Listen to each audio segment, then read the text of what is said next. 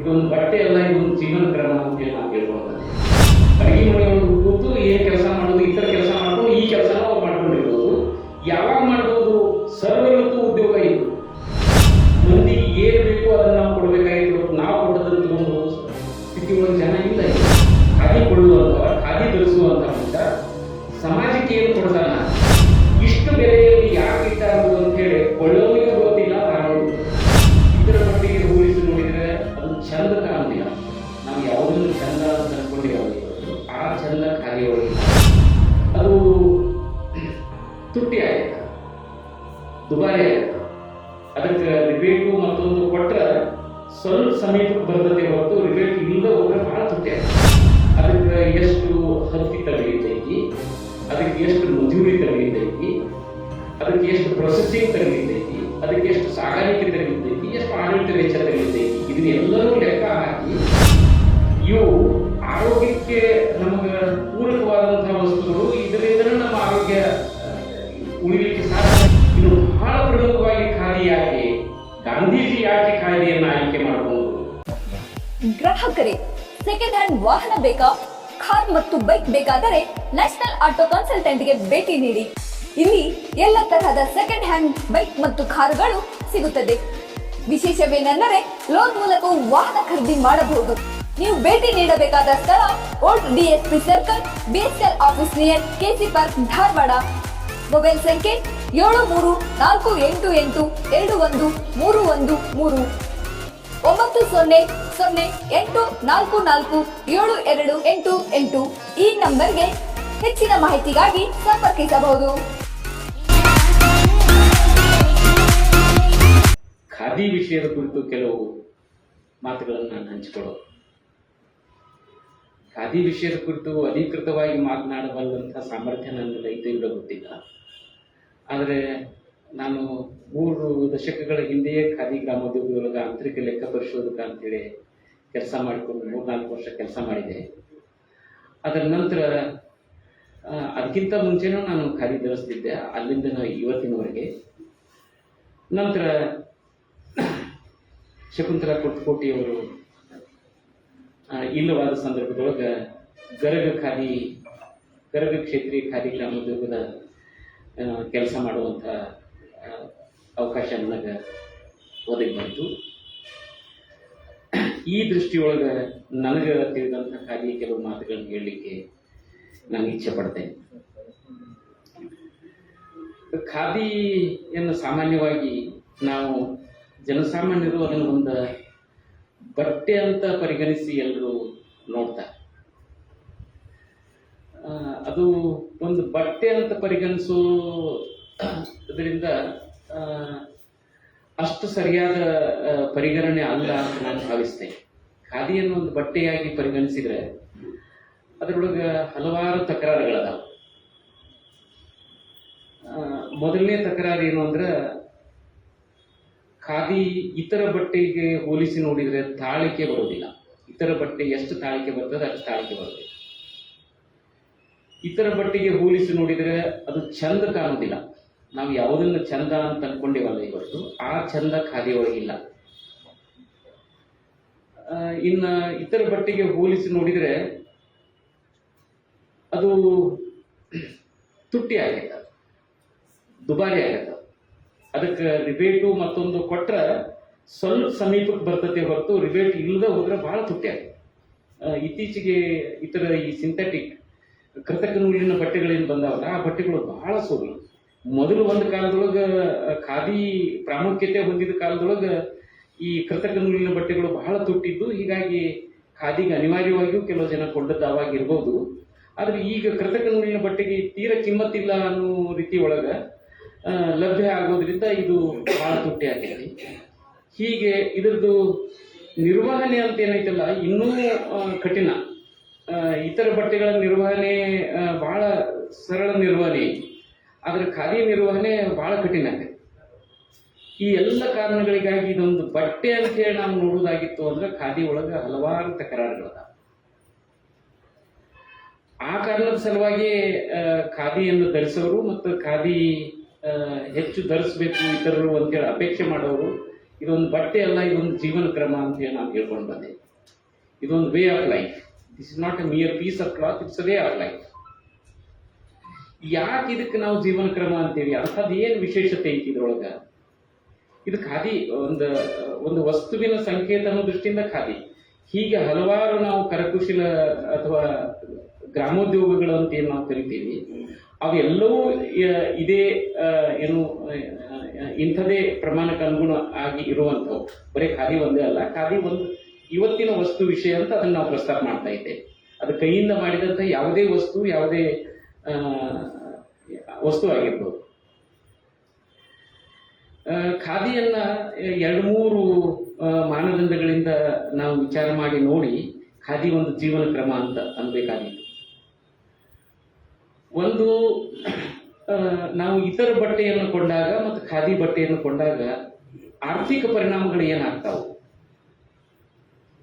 ಇತರ ಬಟ್ಟೆಯನ್ನು ಕೊಂಡಾಗ ಒಂದು ಮೀಟರ್ ಬಟ್ಟೆಯನ್ನ ಈಗ ಬಟ್ಟೆ ಕೊಳ್ಳುವಂತಹದ್ದನ್ನು ನಾವು ಬಹಳ ದೂರ ಸಾಗ್ಬಿಟ್ಟೇವೆ. ಬಟ್ಟೆಯನ್ನು ಕೊಳ್ಳೋರು ಬಹಳ ಕಡಿಮೆ ಆಗ್ಯಾರ. ಎಲ್ಲೋ 10% ಜನ ಬಟ್ಟೆ ಕೊಡ್ತಾರ, ಸಿದ್ಧ ಉಡುಪುಗಳನ್ನ ಕೊಳ್ಳೋರು ಜಾಸ್ತಿ ಆಗ್ಯಾರ. ಆ ಸಿದ್ಧ ವಸ್ತುವನ್ನು ಕೊಳ್ಳುವತ್ನಾಗೂ ಆಗಿರ್ಬೋದು ಅಥವಾ ಬಟ್ಟೆಯನ್ನು ಕೊಳ್ಳುವತ್ನಾಗ ಆಗಿರ್ಬೋದು.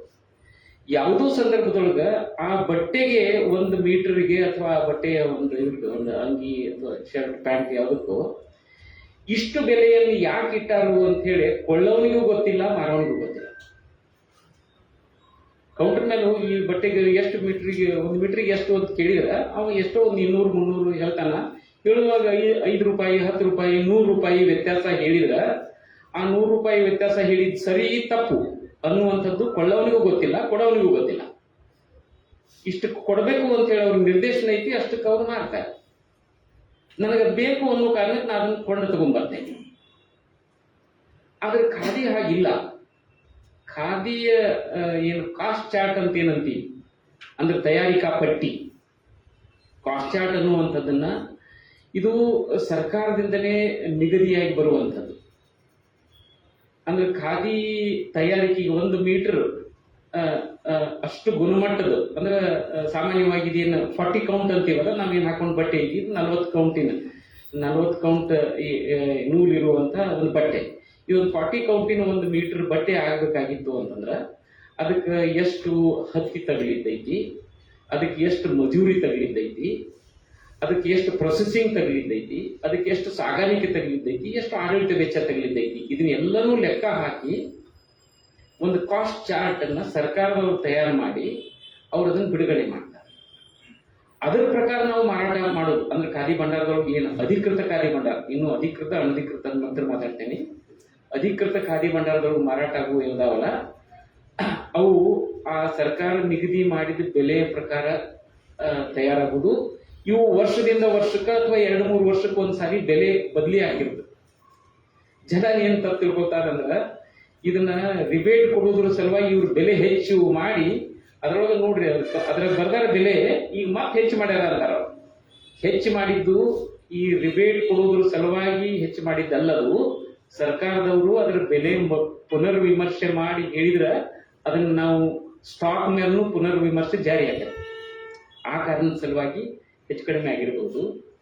ಹೀಗೆ ನಿಗದಿಯಾದ ಬೆಲೆಗೆ ಸಿಗುವಂತ ವಸ್ತು ಯಾವುದಾದ್ರೂ ಇದ್ರ ಅದು ಭಾರತದೊಳಗೆ ಖಾದಿ ವಸ್ತು ಮಾತ್ರ. ಅಂದ್ರೆ ಇಷ್ಟಕ್ಕೆ ಮಾರಬೇಕು ಅನ್ನುವಂಥದ್ದು, ಅಥವಾ ಸರ್ಕಾರದ ಯಾವುದಾದ್ರೂ ಸಂಸ್ಥೆಯೊಳಗೆ ತಯಾರಾದಂತಹ ಮೈಸೂರು ಸ್ಯಾಂಡಲ್ ಸೋಪ್ನಂಥವು ಅವು ಇರಬಹುದು. ಅಂಥ 1-2 ವಸ್ತುಗಳು ಇರಬಹುದು. ಅದನ್ನು ಹೊರತುಪಡಿಸಿದ್ರೆ ಇಷ್ಟೇ ಬೆಲೆಗೆ ಮಾರಬೇಕು ಅನ್ನುವಂಥ ಕಟ್ಟಪ್ಪನೆ ಮಾಡಿ ಒಂದು ವಸ್ತು ಮಾರಾಟಕ್ಕೆ ಲಭ್ಯ ಮಾರುಕಟ್ಟೆಯೊಳಗಿದ್ರೆ ಇವತ್ತು ಅದು ಖಾದಿ ಮಾತ್ರ. ಇದು ಮಾರಾಟಕ್ಕೆ ಸಂಬಂಧಿಸಿದಂಗಾತು. ಆದ್ರೆ ಖಾದಿ ಕೊಂಡ ದೃಷ್ಟಿಯಿಂದ ನಾನು ಏನು ಕಾಂಟ್ರಿಬ್ಯೂಟ್ ಮಾಡ್ತೇನೆ ಸೊಸೈಟಿಗೆ, ಖಾದಿ ಕೊಳ್ಳುವಂಥವ, ಖಾದಿ ಧರಿಸುವಂಥ ಮನುಷ್ಯ ಸಮಾಜಕ್ಕೆ ಏನು ಕೊಡ್ತಾನ ಅದನ್ನು ಒಂದು ನಾವು ಲಕ್ಷ್ಯ ವಹಿಸಿ ನೋಡ್ಬೇಕಾಗಿದೆ. 1 ರೂಪಾಯಿ ಖಾದಿನ ಹಾಕೊಂಡ್ರೆ 50 ಪೈಸೆ, ಆ 1 ರೂಪಾಯಿ ಒಳಗಿನ 50 ಪೈಸೆ ನೂಲುವವರಿಗೆ ನೇಯುವವರಿಗೆ ಹೋಗ್ತದೆ. 33 ಪೈಸೆ ಆ ಖಾದಿ ತಯಾರು ಮಾಡಿದಂಥ ಕಚ್ಚಾ ವಸ್ತು, ಅದು ಹತ್ತಿ ಆಗಿರ್ಬೋದು ಅಥವಾ ಯಾವುದಾದ್ರೂ ಪ್ರಾಣಿಯ ಕೂದಲು ತುಪ್ಪಳ ಆಗಿರ್ಬೋದು, ಕುರಿ, ಯಾಕ್ ಅಂತ ಪ್ರಾಣಿದು. ಅದು ಉಲನ್ ಖಾದಿ ಇದ್ರ, ಕಾಟನ್ ಖಾದಿ ಇದ್ರೆ ಹತ್ತಿ, ರೇಷ್ಮೆ ಖಾದಿ ಇದ್ರೆ ರೇಷ್ಮೆ, ಅಥವಾ ಸನ್ವಿನ ಖಾದಿ ಇರ್ಬೋದು, ಅಥವಾ ಈ ತರ ಯಾವುದೋ ಫಿಲಾಮೆಂಟ್. ಈಗ ಕೃತಕ ಏನು ನೂಲುಗಳು ಬಂದಾವಲ್ಲ, ಅದನ್ನು ಸ್ವಲ್ಪ ಮಟ್ಟಿಗೆ ಖಾದಿ ಒಳಗೆ ಸೇರಿಸಿ ತಯಾರು ಮಾಡುವಂತಹದ್ದು ಶುರು ಆದದ್ರಿಂದ ಅದು ಫಿಲಾಮೆಂಟು ಇರ್ಬೋದು. ಕೃತಕ ಏನು ಕಚ್ಚಾ ವಸ್ತುವಿಗೆ 33 ಪೈಸೆ, ನೂಲುವರಿಗೆ ನೇಯವರಿಗೆ 50 ಪೈಸೆ, 83 ಪೈಸೆ ಆಯ್ತು. ಇನ್ನು 17 ಪೈಸೆ ಒಳಗೆ 9 ಪೈಸೆ ಸಾಗಾಣಿಕೆಗೆ, 8 ಪೈಸೆ ಆಡಳಿತಕ್ಕೆ. ಹೀಗೆ 100 ಪೈಸೆ ₹1 ಒಳಗೆ ಕರಾರುವಾಕ್ಕಾಗಿ ವಿಂಗಡಣೆಯಾಗಿ ಯಾರ್ದೂ ಲಾಭ ಯಾರಿಗೂ ನುಕ್ಸಾನ ಇಲ್ಲ ಇದರೊಳಗೆ. ಇಂಥ ಒಂದು ವಸ್ತುವನ್ನು ಮಾಡುವಾಗ ನಾನು ₹10 ಖಾದಿ ಕೊಂಡೆ, ₹100 ಖಾದಿ ಕೊಂಡೆ ಅಂದ್ರೆ ₹50 ಅದರೊಳಗೆ ನೂಲುವರಿಗೆ ನೇಯೋರಿಗೆ ಅವ್ರ ಜೀವನ ನಿರ್ವಹಣೆಗೆ ಕೊಟ್ಟೇನೆ ಅನ್ನುವಂತ ಒಂದು ಸಮಾಧಾನ ನನ್ನೊಳಗೆ ಐತಿ. ಚಂದ ಕಾಣ್ಲಿಕ್ಕಿಲ್ಲ, ಆದ್ರೆ ಈ ಸಮಾಧಾನ ನನ್ನೊಳಗೈತಿ. 33 ಪೈಸೆ ಹತ್ತಿ ಬೆಳೆಯುವಂತ ರೈತನಿಗೆ ಹೋಗಿ ಮುಟ್ಟಿದ್ದೈತಿ ಅನ್ನುವಂತ ಸಮಾಧಾನ ಐತಿ. 8 ಪೈಸೆ ಆಡಳಿತಕ್ಕೆ, 9 ಪೈಸೆ ಅದರ ಸಾಗಾಣಿಕೆ. ಹೀಗೆ ಒಂದು ಆರ್ಥಿಕ ಆಯಾಮ ಕೂಡ ಇದರೊಳಗೆ ಇದ್ದದ್ರಿಂದ ಈ ವಸ್ತುವನ್ನ ನಾವು ಇದೊಂದು ಜೀವನ ಕ್ರಮ, ವೇ ಆಫ್ ಲೈಫ್ ಅನ್ಬೇಕಾದಿತ್ತೆ ಹೊರತು ಕೇವಲ ಇದನ್ನು ಗಾಂಧಿ ಪ್ರೊಪಗೇಟ್ ಮಾಡಿದ್ರು. ಗಾಂಧಿ ಕೆಲವರಿಗೆ ಬಹಳ ಪ್ರೀತಿ ಅದ, ಆ ಕಾರಣದ ಸಲುವಾಗಿ ಆ ಪ್ರೀತಿಯನ್ನು ಹೊರಗಿಟ್ಟು ನೋಡೋದಾಗಿದ್ರ ಇದು ಈ ದೃಷ್ಟಿಯಿಂದ ನಾವು ಖಾದಿ ಅನ್ನೋ ಒಂದು ಜೀವನ ಕ್ರಮ. ಇನ್ನ ಇದರ ಸಾಮಾಜಿಕ ಆಯಾಮ ಏನು? 10 ಲಕ್ಷ ರೂಪಾಯಿ ಸೂಟ್ ಧರಿಸೋರಿದ್ದಾರೆ ಇವತ್ತು. ಆ ಕಾರಣದ ಸಲುವಾಗಿ 10 ಲಕ್ಷ ರೂಪಾಯಿ ಸೂಟ್ ಧರಿಸವ ಮತ್ತು ತೀರ ಸಾಮಾನ್ಯ ಒಂದು ಬಟ್ಟೆ ಧರಿಸವ ನಡುವಿನ ಅಂತರ ಏನೈತಲ್ಲ, ಈ ಅಂತರ ಹ್ಯಾಂಗ ಹೋಗಲಾಡ್ಸೋರಿದ್ದೇವೆ ನಾವು. ಈ ಅಂತರ ಹೋಗಲಾಡಿಸೋದ್ರ ಸಲುವಾಗಿನ ನಾವು ಖಾದಿ ಅನ್ನುವಂಥದ್ದು ಮೊದಲು ಯೂನಿಫಾರ್ಮ್ ಸಮವಸ್ತ್ರ ಆಗಿ ಬಳಕೆ ಆಗ್ತಿತ್ತು. ಈ ಯೂನಿಫಾರ್ಮ್ ಅನ್ನುವಂಥ ಕನ್ಸೆಪ್ಟ್ ಹುಟ್ಟಿದ್ದೇ ಇದೇ ಕಾರಣ. ಮಕ್ಕಳ ಒಳಗೆ ಭೇದ ಭಾವ ಬರಬಾರದು, ಒಂದೇ ತರದ ಬಟ್ಟೆಯನ್ನು ಹಾಕೊಂಡಿರ್ಬೇಕು ಅನ್ನುವಂಥದ್ದು ಒಂದು. ಲಕ್ಷಗಟ್ಟಲೆ ರೊಕ್ಕ ಖರ್ಚು ಮಾಡಿ ಹಾಕೊಂಡು ಒಂದು ಮಗು ಶಾಲೆಗೆ ಹೋಗ್ಬೋದು, ಬಟ್ಟೆ ಹಾಕೊಳ್ಳಕ್ ಸಾಧ್ಯ ಇಲ್ಲದ ಅನ್ನುವಂಥ ಒಂದು ಮಗು ಶಾಲೆಗೆ ಹೋದಾಗ ತಾರತಮ್ಯ ಇಲ್ಲೇ ಉಂಟಾಗಿ ಬಿಡ್ತತಿ. ಇದನ್ನು ನಿಗಿಸ್ಬೇಕು ಅನ್ನೋ ಕಾರಣಕ್ಕೆ ಯೂನಿಫಾರ್ಮ್ ಬಂದದ್ದು, ಸಮವಸ್ತ್ರ ಬಂದದ್ದು.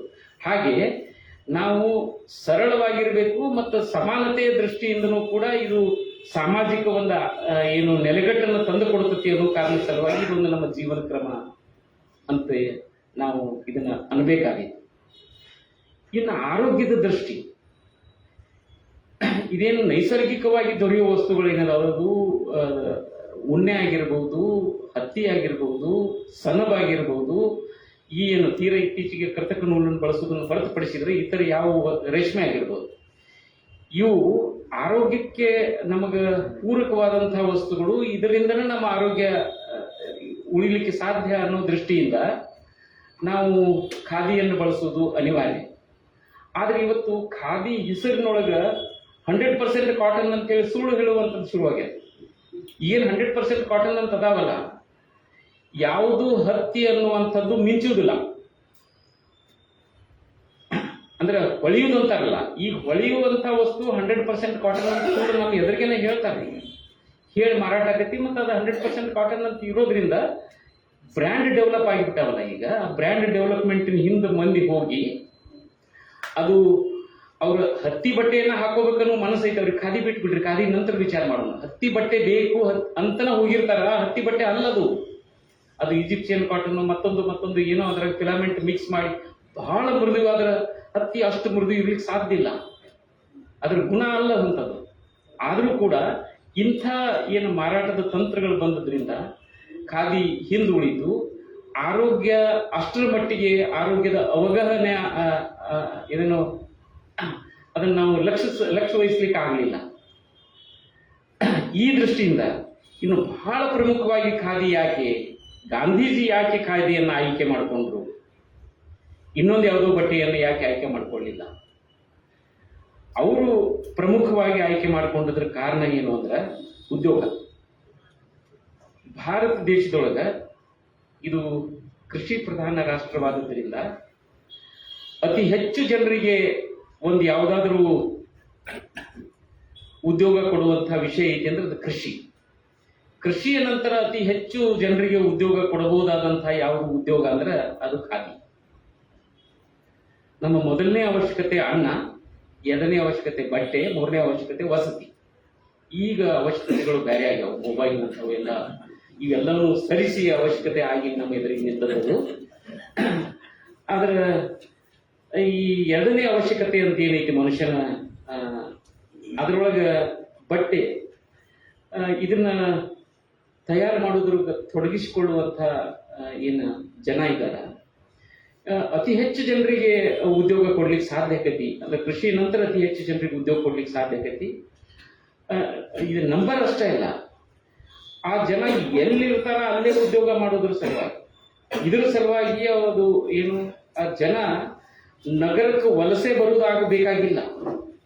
ಯಾವುದಾದ್ರೂ ಒಂದು ಕಾರ್ಖಾನೆ ಅಥವಾ ಒಂದು ಉದ್ಯೋಗದ ಸಲುವಾಗಿ ಜನ ನಗರಕ್ಕೆ ಬರಬೇಕು, ಕಾರ್ಖಾನೆ ಇದ್ದಲ್ಲೇ ಬಂದು ಕೆಲಸ ಮಾಡ್ಬೇಕು. ಅವರು ಕೇಂದ್ರೀಕರಣ. ಅದರ ಬದಲಿ ಅವರು ಎಲ್ಲಿದ್ದಾರ ಅಲ್ಲಿ, ಅದು ನೂಲುದಾಗಿರ್ಬೋದು, ನೇಯುವುದಾಗಿರ್ಬೋದು, ಅಥವಾ ಇತರ ಹಲವಾರು ಪ್ರಕ್ರಿಯೆಗಳು. ನೂಲುದು, ನೇಯುವುದು ಬಹಳ ಪ್ರಮುಖವಾಗಿ ನಮ್ಮ ಕಣ್ಣಿಗೆ ಕಾಣಿಸುವಂತ ಎರಡು ಪ್ರಕ್ರಿಯೆಗಳು ಖಾದಿ ಒಳಗೆ. ಆದ್ರೆ ಅದನ್ನು ಹೊರತುಪಡಿಸಿ ಇತರ ಹಲವಾರು ಪ್ರಕ್ರಿಯೆಗಳದಾವ. ಅವು ಸಣ್ಣ ಸಣ್ಣ ಕಂಡಿಕೆ ಸುತ್ತು ಹಿಡ್ಕೊಂಡು ಅದು ಬಣ್ಣ ಹಾಕೋದಿರ್ಬೋದು, ಮತ್ತು ಏನೋ ಹಲವಾರು ಪ್ರಕ್ರಿಯೆಗಳದಾವಲ್ಲ. ಈ ಎಲ್ಲ ಪ್ರಕ್ರಿಯೆ ಒಳಗೆ ನೂರಾರು ಜನ ತೊಡಗಿಕೊಳ್ತಾರೆ. ಇವರು ತೊಡಗಿಕೊಳ್ಳುವುದರ ಸಲುವಾಗಿ ಒಂದು ಕಾರ್ಖಾನೆಯ ಸ್ವರೂಪದ ಜಾಗೆಗೆ ಬಂದು ಕೆಲಸ ಮಾಡಬೇಕಂತಿಲ್ಲ. ಅವ್ರ ಮನೆಯೊಳಗನ ಅಡಿಗೆ ಮನೆಯೊಳಗೆ ಕೂತು ಏನು ಕೆಲಸ ಮಾಡೋದು, ಇತರ ಕೆಲಸ ಮಾಡ್ಕೊಂಡು ಈ ಕೆಲಸನೂ ಅವ್ರು ಮಾಡ್ಕೊಂಡಿರ್ಬೋದು. ಯಾವಾಗ ಮಾಡ್ಬೋದು? ಸರ್ವ ಋತು ಉದ್ಯೋಗ ಇದು. ಕೃಷಿಗೆ ನಮ್ಮಲ್ಲಿ 3-4 ತಿಂಗಳು, 2 ಬೆಳೆ ಬೆಳೆಯೋರಿಗೆ ಬಹಳ 5-6 ತಿಂಗಳು ಮುಗಿದು ಹೋತು. 1 ಬೆಳೆ ಬೆಳೆಯೋರಿಗೆ 4 ತಿಂಗಳು ಮುಗಿದು ಹೋತು. 120 ದಿವಸಕ್ಕಿಂತ ಹೆಚ್ಚು ದೊಡ್ಡ ಬೆಳೆ ಏನೇ ಇಲ್ಲ ನಮ್ಮಲ್ಲಿ. ಅತಿ ದೊಡ್ಡ ಬೆಳೆ ಅಂದ್ರೆ ಈಗೊಂದು ಕಬ್ಬು ಅನ್ನುವಂಥದ್ದು ಒಂದು ದೊಡ್ಡದು ಬಂದತಿ. ಅದನ್ನು ಬಿಟ್ಟರೆ ಉಳಿದದೇನದ ಎಲ್ಲ 120 ದಿವಸದ ಬೆಳೆಗಳಿವೆ. ಈ 120 ದಿವಸದ ನಂತರ ಉದ್ಯೋಗ, ಇಡೀ ಸರ್ವ ಋತು ಉದ್ಯೋಗ ಅಂದ್ರೆ ಖಾದಿ. ಇಷ್ಟು ದೊಡ್ಡ ಪ್ರಮಾಣದೊಳಗೆ ಉದ್ಯೋಗ ಕೊಡಕ್ಕೆ ಸಾಧ್ಯ ಆಕತಿ ಅನ್ನೋ ದೃಷ್ಟಿಯಿಂದ ಖಾದಿಯನ್ನ ಜನಪ್ರಿಯಗೊಳಿಸೋದ್ರ ಸಲುವಾಗಿ ಗಾಂಧೀಜಿ ವಿಶೇಷ ಆಸಕ್ತಿಯನ್ನು ವಹಿಸಿದ್ರು. ಗಾಂಧೀಜಿ ಜೊತೆಗೆ ಖಾದಿ ಬಂತು ಅಂತಿಲ್ಲ, ಅದಕ್ಕಿಂತ ಮೊದಲು ಕೂಡ ಖಾದಿ ಪ್ರಚಲಿತ ಇತ್ತು. ಆದರೆ ಅದಕ್ಕೆ ವಿಶೇಷ ಒತ್ತು ಕೊಟ್ಟು ಇದೊಂದು ಸ್ವಾತಂತ್ರ್ಯದ ಸಂಕೇತ ಅನ್ನೋ ದೃಷ್ಟಿಯೊಳಗೆ ಬಳಸಿ ಅದನ್ನ ಕಾಂಗ್ರೆಸ್ನವರು, ಅಂದ್ರೆ ಈಗಿನ ಕಾಂಗ್ರೆಸ್ ಅಲ್ಲ, ಆಗಿನ ಕಾಂಗ್ರೆಸ್ನವರು ಕಾಂಗ್ರೆಸ್ ಸದಸ್ಯರಾಗಿರುವಂಥವ್ರು ಕಡ್ಡಾಯವಾಗಿ ಖಾದಿ ಧರಿಸಬೇಕು ಮತ್ತು ಕಡ್ಡಾಯವಾಗಿ ಖಾದಿ ತಯಾರಿಕೆ ಒಳಗೆ ತೊಡಗಿಕೊಳ್ಳಬೇಕು. ಅದು ನೂಲು ತಯಾರಿಕೆ ಇರ್ಬೋದು ಅಥವಾ ಇತರ ಪ್ರಕ್ರಿಯೆ ಒಳಗೆ ತೊಡಗಿಕೊಳ್ಬೇಕು ಅನ್ನುವಂಥದ್ದು ಕಡ್ಡಾಯ ಮಾಡಿ ಗಾಂಧೀಜಿ ಒತ್ತಾಯ ಮಾಡಿದರು. ನಮ್ಮೆಲ್ಲರಿಗೂ ತಿಳಿದಿರುವಂತೆ ಗಾಂಧೀಜಿಗೆ ರಾಜಕೀಯ ಸ್ವಾತಂತ್ರ್ಯ ಅನ್ನುವಂಥದ್ದು ಅವರ ಹೋರಾಟದ ಒಂದು ಭಾಗ ಮಾತ್ರ. ಅದರ ಒಟ್ಟಿಗೆ ನಮ್ಮ ಭಾರತ ವರ್ಷ ಯಾವೆಲ್ಲ ಸಮಸ್ಯೆಗಳಿಂದ ಬಳಲ್ತೈತಿ, ಪ್ರಮುಖ ಸಮಸ್ಯೆಗಳಿಂದ ಬಳಲ್ತೈತಿ, ಅದರಿಂದ ಹೊರಗೆ ತರಬೇಕು ಅನ್ನುವಂಥದ್ದು ಅವರ ಚಂಪಾರಣ್ಯ ಹೋರಾಟ ಹಿಡ್ಕೊಂಡು ಶುರು ಮಾಡಿದರು. ಚಂಪಾರಣ್ಯದಿಂದ ನಾವು ಶುರು ಮಾಡೋದಾಗಿತ್ತು ಅಂದ್ರೆ ಚಂಪಾರಣ್ಯ ಹೋರಾಟಕ್ಕೂ ನೇರವಾಗಿ ಬ್ರಿಟಿಷರು ಭಾರತದಿಂದ ಹೊರಗೆ ಹೋಗೋದಕ್ಕೂ ಏನು ಸಂಬಂಧ ಇಲ್ಲ. ಆದ್ರೆ ಆ ರೈತರ ಹೋರಾಟದೊಳಗೆ ತೊಡಗಿಕೊಳ್ಳಲಾರ್ದೇನೆ ನಾನು ರಾಜಕೀಯ ಸ್ವಾತಂತ್ರ್ಯ ಪಡೆದು ಏನ್ ಮಾಡಬೇಕು ಅನ್ನುವಂಥ ಪ್ರಶ್ನೆ ಗಾಂಧೀಜಿಗೆ ಉದ್ಭವವಾಗಿ ತಿಲಕರನ್ನು ವಿರೋಧಿಸಿಯೂ ಕೂಡ ಗಾಂಧೀಜಿ ಚಂಪಾರಣ್ಯ ಹೋರಾಟದ ನೇತೃತ್ವ ವಹಿಸಿದ್ರು ಅವತ್ತು ಆ ವಿಷಯಕ್ಕೆ ಸಂಬಂಧಪಟ್ಟ ಹಾಗೆ. ಅದು ಅಸ್ಪೃಶ್ಯತಾ ನಿವಾರಣೆ ಆಗಿರ್ಬೋದು, ಖಾದಿ ಗ್ರಾಮೋದ್ಯೋಗ ಆಗಿರ್ಬೋದು, ಅಥವಾ ಜೀವನ ಶಿಕ್ಷಣ ಆಗಿರ್ಬೋದು. ಹೀಗೆ ಗಾಂಧೀಜಿ ತಮ್ಮ ಇಡೀ ಹೋರಾಟದುದ್ದಕ್ಕೂ ಆಯ್ದುಕೊಂಡಂತಹ ವಿಷಯಗಳೇನಿತ್ತು, ಅದು ನಮ್ಮ ಸಮಾಜ ಯಾವೆಲ್ಲ ಸಮಸ್ಯೆಗಳಿಂದ ಬಳಲ್ತತಿ ಆ ಎಲ್ಲ ಸಮಸ್ಯೆಗಳಿಗೆ ಪರಿಹಾರ ರೂಪವಾಗಿ ಅವರು ಹೋರಾಟ ರೂಪಿಸಿದ್ರೆ ಹೊರತು ಕೇವಲ ರಾಜಕೀಯ ಸ್ವಾತಂತ್ರ್ಯ ಅದರ ಗುರಿಯಾಗಿರಲಿಲ್ಲ. ಹೀಗಾಗಿ ಗಾಂಧೀಜಿ ಖಾದಿಗೆ ಹೆಚ್ಚು ಒತ್ತು ಕೊಟ್ಟಿದ್ರು. ಇನ್ನು ಈ ವಿಷಯ ಖಾದಿ ನಿನ್ನೆ, ಇಂದು, ನಾಳೆ ಅನ್ನುವಂಥ ವಿಷಯ. ಖಾದಿ ನಿನ್ನೆಯ ಬಗ್ಗೆ ನನಗೆ ಸ್ವಲ್ಪ ತಿಳುವಳಿಕೆ ಉಂಟು, ಅದನ್ನು ನಾನು ಹಂಚಿಕೊಳ್ಬಹುದು. ಖಾದಿ ಇವತ್ತಿನ ಬಗ್ಗೆ, ಇಂದಿನ ಬಗ್ಗೆ ಹೆಚ್ಚು ತಿಳುವಳಿಕೆ ಉಂಟು, ಅದನ್ನು ಹಂಚಿಕೊಳ್ಬಹುದು. ಖಾದಿ ನಾಳೆಯ ಬಗ್ಗೆ ನನಗೇನು ಗೊತ್ತಿಲ್ಲ, ಅಥವಾ ತಮ್ಮೆಲ್ಲರಿಗೆ ಎಷ್ಟು ಗೊತ್ತೋ ಅಷ್ಟೇ ನನಗೂ ಗೊತ್ತು. ಖಾದಿ ನಿನ್ನೆಯ ಬಗ್ಗೆ, ನಿನ್ನೆ ಖಾದಿ ಎಂಥದ್ದಿತ್ತು, ನಿನ್ನೆ ಖಾದಿ ಅದರೊಳಗೆ ಇದು ಮೊದಲು ಖಾದಿ ಯಾಕೆ ಅನ್ನೋ ಮಾತನ್ನ ಇಟ್ಕೊಂಡು ನಾವು ಶುರು ಮಾಡೇವಿ ಇದನ್ನ. ನಿನ್ನೆಯ ಖಾದಿ ಏನಿತ್ತು ನೋಡಾಕ ಇಷ್ಟು ಕೂಡ ಸರಿ ಇರಲಿಲ್ಲ, ಇದಕ್ಕಿಂತ ಬಹಳ ವಿರೂಪವಾಗಿತ್ತದು. ಆ ಕಾರಣದ ಸಲುವಾಗಿ ಆದ್ರೆ ಅದನ್ನು ಧರಿಸೋ ಜನ ಏನಿದ್ರಲ್ಲ ಅದರ ತಾತ್ವಿಕತೆಯನ್ನು ಅರಿತವರಾಗಿದ್ರು. ಹೀಗಾಗಿ ಆ ಎಲ್ಲ ತಕರಾರುಗಳನ್ನು ಬದಿಗೊತ್ತಿ ಅದನ್ನು ಬಳಸ್ತಿದ್ರು. ಇತರ ಬಟ್ಟೆ ಇದಕ್ಕೆ ಹೋಲಿಸಿದ್ರೆ ಸ್ವಲ್ಪ ಜಾಸ್ತಿ ದರ ಜಾಸ್ತಿ ಇತ್ತು, ಅನಿವಾರ್ಯತೆ ಕೂಡ ಇತ್ತು ಆವಾಗ. ಹೀಗಾಗಿ ಅದನ್ನು ಅವರು ಬಳಸ್ತಿದ್ರು. ಅದರ ತಯಾರಿಕೆ ಪ್ರಕ್ರಿಯೆ, ನಿನ್ನೆ ಖಾದಿ ತಯಾರಿಕೆ ಪ್ರಕ್ರಿಯೆ ಹೇಗಿತ್ತು ಅಂದ್ರೆ ಅದು ಸಂಪೂರ್ಣ ಮಾನವ ನಿರ್ಮಿತ ಇತ್ತು. ನಿನ್ನೆ ಖಾದಿ ಅಂದ್ರೆ ಗಾಂಧಿ ಇದ್ದಾಗಿನ ಖಾದಿ ಸಂಪೂರ್ಣ ಅದು ಹತ್ತಿಯನ್ನು ಸ್ವಚ್ಛಗೊಳಿಸುವುದರಿಂದ ಹಿಡ್ಕೊಂಡು ಅದು ಬಟ್ಟೆಯಾಗಿ ಹೊರಗೆ ಧರಿಸಾಕ ಯೋಗ್ಯ ಆಗೋ ತನಕ ಸಂಪೂರ್ಣ ಪ್ರಕ್ರಿಯೆ ಮಾನವ ನಿರ್ಮಿತ ಆಗಿದ್ದರಿಂದ ಅದು ಸ್ವಲ್ಪ ನೋಡಕ ಅಷ್ಟು ಸರಿಯಾಗಿ ಕಾಣ್ತಿರ್ಲಿಲ್ಲ. ಅದಕ್ಕೆ ಹೆಚ್ಚು ಜನ ತೊಡಗಿಸ್ಕೊಳ್ತಿದ್ರು, ಅಂದ್ರೆ ಅದರೊಳಗೆ ತೊಡಗಿಸ್ಕೊಳ್ಳೋರು ಹೆಚ್ಚಾಗ್ತಿದ್ರು. ಆದರೆ ಇವತ್ತಿನ ಖಾದಿ ಏನು? ಇವತ್ತಿನ ಖಾದಿ ಅದು ನಾವು ಹಂಜಿ ಅಂತ ಏನು ಕರಿತೀವಲ್ಲ, ಹಂಜಿ ಅಂತ ಕರಿತೀವಿ. ಆ ಹಂಜಿ ತನಕ ಸ್ಲೈಬರ್ ಅಲ್ಲಿ ತನಕ ಏನು ಪ್ರೊಸೆಸ್ ಅದಾವ, ಅದ್ರ ಹಿಂದಿನ ಪ್ರಕ್ರಿಯೆಗಳೇನಿದಾವ ಅಂದ್ರೆ ಹತ್ತಿಯಿಂದ ಹಿಡ್ಕೊಂಡು ಹಂಜಿ ಆಗೋ ತನಕಿನ ಏನು ಪ್ರಕ್ರಿಯೆಗಳದಾವಲ್ಲ ಅವೆಲ್ಲವೂ ಯಂತ್ರದೊಳಗನ ತಯಾರಾಗುವ. ಆ ಎಲ್ಲ ಯಂತ್ರಗಳಂದ್ರೆ ಎಂಥವು? ಇವು ಏನು ದಿಲ್ಲಿ ಕಾಟನ್ ಮಿಲ್ಸ್ ನೊಳಗೆ ಯಾವ ಯಂತ್ರ ಬಳಸಿ ಹತ್ತಿಯನ್ನು ಸ್ವಚ್ಛ ಮಾಡ್ತಾರೆ ಅದೇ ಯಂತ್ರ ಬಳಸಿ ನಾವು ಸ್ವಚ್ಛ ಮಾಡೋದು. ಅವು ಕಾರ್ಡಿಂಗ್ಸ್ ಕಚರ್ಸ್ ಅಂತ ಏನಂತಾರಲ್ಲ, ಇವೇ ಯಂತ್ರಗಳನ್ನ ಬಳಸಿ ನಾವು ಹಂಜಿ ತನಕ ಇದನ್ನ ಯಂತ್ರಗಳನ್ನ ಬಳಸಿ ಮಾಡ್ತೀವಿ. ಹಂಜಿಯ ನಂತರದ ಪ್ರಕ್ರಿಯೆ ಏನೈತಲ್ಲ, ಈ ಪ್ರಕ್ರಿಯೆ ಇದು ಅಂದ್ರೆ ನೂಲುದು ಮತ್ತು ನೇಯುವುದು. ಅದಕ್ಕೆ ಬಣ್ಣ ಹಾಕುವುದಿರ್ಬೋದು ಅಥವಾ ನೂಲು ನೇಯುವ ಪ್ರಕ್ರಿಯೆ ಒಳಗೆ ತೊಡಗಿಸಿಕೊಂಡಂತಹ ಇತರ ಸಣ್ಣ ಸಣ್ಣ ಕೆಲಸಗಳೇನಿದಾವೆ ಇವೆಲ್ಲವೂ ಏನು ಮನುಷ್ಯ ಏನು ಕೆಲಸಗಾರರನ್ನ ಬಳಸಿಕೊಂಡು ಮಾಡುವಂತಹ ಪ್ರಕ್ರಿಯೆಗಳು. ಇದು ಈ ಹಂತಕ್ಕೆ ಯಾಕೆ ನಿಲ್ಲಿಸಿದ್ರು ಅವರು? ಮೊದಲು ಪೂರ್ಣನ ಮನುಷ್ಯರನ್ನ ಬಳಸಿ ಮಾಡ್ತಿದ್ರು, ಹೆಚ್ಚು ಉದ್ಯೋಗ ಕೊಡ್ತಿತ್ತು. ಆದ್ರೆ ಅದನ್ನೇ ಮುಂದುವರಿಸಬಹುದಾಗಿತ್ತಲ್ಲ. ಈ ಹಂತದ ತನಕ ಯಂತ್ರ ಯಾಕೆ ತಗೊಂಡು ಬಂದ್ರು? ಈ ಹಂತದ ತನಕ ಯಂತ್ರ ಯಾಕೆ ತೆಗೆದುಕೊಂಡು ಬಂದ್ರು ಅಂದ್ರೆ, ಈ ಹಂತದ ತನಕ ಯಂತ್ರಗಳ ಬಳಕೆ ಮತ್ತು ಉತ್ಪಾದನೆ ಗಣನೀಯ ಪ್ರಮಾಣದೊಳಗೆ ವ್ಯತ್ಯಾಸ ಆಗುದಿಲ್ಲ. ಇದರ ನಂತರ ನೀವು ಯಂತ್ರವನ್ನು ಬಳಸಿದ್ರಿ ಅಂದ್ರೆ ಹಂಜಿಯ ನಂತರ ಸ್ಲೈವರ್ ನಂತರ ಯಂತ್ರವನ್ನು ಬಳಸಿದ್ರಿ ಅಂದ್ರೆ ಉತ್ಪಾದನೆ ದೊಡ್ಡ ಪ್ರಮಾಣದೊಳಗೆ ಹೆಚ್ಚಾಕತಿ. ಮನುಷ್ಯನ ಬಳಕೆ ಅದರೊಳಗೆ ಏನು ದುಡಿತ ಏನೈತಿ ಇದು ಅತ್ಯಂತ ಕಡಿಮೆ ನಿಕೃಷ್ಟ ಆಗಿ ಹೋಗಿಬಿಡ್ತತಿ. ಆ ಕಾರಣದ ಸಲುವಾಗಿ ಇಲ್ಲಿಗೆ ನಿಲ್ಲಿಸಬೇಕು ಅನ್ನುವಂಥ ವಿಚಾರ ಇವತ್ತು ಖಾದಿ ಕಮಿಷನ್ ಅಂತ ಐತಿ. ಇದನ್ನೆಲ್ಲನೂ ನಿಯಂತ್ರಣ ಮಾಡುವಂಥದ್ದು khadi and village industries commission ಅಂತ ಹೇಳಿ ಮುಂಬೈ ಒಳಗೆ ಈ ಭಾರತ ಸರ್ಕಾರದ ಒಂದು ಇಲಾಖೆ ಇದೆ, ಅದು ನಿರ್ವಹಣೆ ಮಾಡ್ತಾರೆ. ಇವತ್ತು ಖಾದಿ ಅನ್ನೋದು ಖಾದಿ ಕಮಿಷನ್ ಆಕ್ಟ್ ಒಂದು ಕಾಯ್ದೆ ಇದೆ, 1948 ಒಳಗೆ ಮಾಡಿರುವಂಥದ್ದು. ಅದರೊಳಗೆ ಖಾದಿ ಅಂದ್ರೆ a thing which is hand spun and hand oven is a khadi. ಯಾವುದು ಕೈಯಿಂದ ನೂತದ್ದು, ಯಾವುದು ಕೈಯಿಂದ ನೈದದ್ದು, ಇದು ಖಾದಿ ಅನ್ನುವಂಥದ್ದು ಕಲ್ಕೊಂಡು ಡೆಫಿನೇಷನ್ ಕೊಟ್ಬಿಟ್ಟಾರೆ. ಅಂದ್ರೆ ನೂಲು ಮತ್ತು ನೇಯ್ಗೆ ಎರಡು ಖಾದಿ ಇದ್ರೆ ಅದು ಖಾದಿ. ಅಂದ್ರೆ ನೂಲಿನ ಹಿಂದಿನ ಪ್ರಕ್ರಿಯೆ ಅದು ಯಂತ್ರದ್ದಿರಬಹುದು ಅನ್ನುವಂಥದ್ದು. ಅದಕ್ಕೆ ಅವ್ರು ಕೊಟ್ಟ ಸಮರ್ಥನೆ ಏನಂದ್ರೆ, ಹಿಂದೆ ಯಂತ್ರ ಬಳಸಿದ್ರೆ ಅದರ ಈ ನೂಲಿನ ಹಂಜಿ ಹಿಂದಿನ ಪ್ರಕ್ರಿಯೆಯೊಳಗೆ ಯಂತ್ರ ಬಳಸಿದ್ರೆ ಅತ್ಯಂತ ಕಡಿಮೆ ಪ್ರಮಾಣದ ಯಂತ್ರ ಬಳಕೆ ಆಕತಿ ಮತ್ತು ಉತ್ಪಾದನೆ ಕೂಡ ಗಣನೀಯ ಪ್ರಮಾಣದೊಳಗೆ ವ್ಯತ್ಯಾಸ ಏನಾಗೋದಿಲ್ಲ, ಯಂತ್ರ ಬಳಸಬಹುದು. ಅದರಿಂದ ಶುದ್ಧವಾದಂತಹ ಬಟ್ಟೆ ಮತ್ತು ಸರಿಯಾದಂತಹ ಬಟ್ಟೆ ಹೊರಗೆ ಬರ್ಲಿಕ್ಕೆ ಸಾಧ್ಯ ಆಕತಿ ಅನ್ನುವಂಥ ಒಂದು ಸಮರ್ಥನೆಯನ್ನು ಕೊಟ್ಟು ಹೀಗೆ ನಾವು ಇದನ್ನ ಉಳಿಸ್ಕೊಂಡಿದ್ದೀವಿ. ಇನ್ನು ಇವತ್ತಿನ ಖಾದಿ ಒಳಗೆ ಹೊಸಾದ ಸೇರ್ಪಡೆ ಆದದ್ದು ಏನು ಅಂದ್ರೆ ಒಂದು ಪಾಲಿಯೆಸ್ಟರ್ ಖಾದಿ ಅನ್ನುವಂಥದ್ದು ಹೊಸಾದ ಸೇರ್ಪಡೆ ಆಗಿದೆ. ಇದು ತೀರ ಹತ್ತಿ ಖಾದಿಯನ್ನು ಬಳಸುವಂಥವ್ರು ಮತ್ತು ಉಲನ್ ಖಾದಿ ರೇಷ್ಮೆ ಖಾದಿಯನ್ನ ಸೆಣಬಿನ ಖಾದಿಯನ್ನು ಬಳಸುವಂಥವ್ರು ಕಡಿಮೆಯಾಗಿ ಇದಕ್ಕೆ ಪಾಲಿಯೆಸ್ಟರ್ ಅನ್ನು ಸೇರಿಸಿದ್ರೆ ಹೆಚ್ಚು ಪ್ರಮಾಣದೊಳಗೆ ಮಾರಾಟ ಆಗಬಹುದು ಮತ್ತು ಈ ಉದ್ಯಮಕ್ಕೆ ಆರ್ಥಿಕ ಸಂಕಷ್ಟ ಆಗಲಿಕ್ಕಿಲ್ಲ ಅನ್ನುವಂಥ ಒಂದು ಅಂದಾಜಿನ ಮೇರೆಗೆ ಇವತ್ತು ಪಾಲಿಯೆಸ್ಟರ್ ಖಾದಿ ಕೂಡ ಬಳಕೆ ಮಾಡೋರಿದ್ದಾರೆ ಮತ್ತು ಖಾದಿ ಅದನ್ನ ಮಾರಾಟ ಆಗುವಂಥ ಪ್ರಕ್ರಿಯೆ. ಕೈಮಗ್ಗ ಮತ್ತು ಖಾದಿ ಏನು ವ್ಯತ್ಯಾಸ ಅಂದ್ರೆ, ಕೈಮಗ್ಗದಿಂದ ದೊರೆಯುವಂತಹ ಬಟ್ಟೆಗಳು ಏನದಾವಲ್ಲ ಅದರೊಳಗಿನ ನೂಲು ಅದು ಯಂತ್ರ ನಿರ್ಮಿತ ನೂಲು.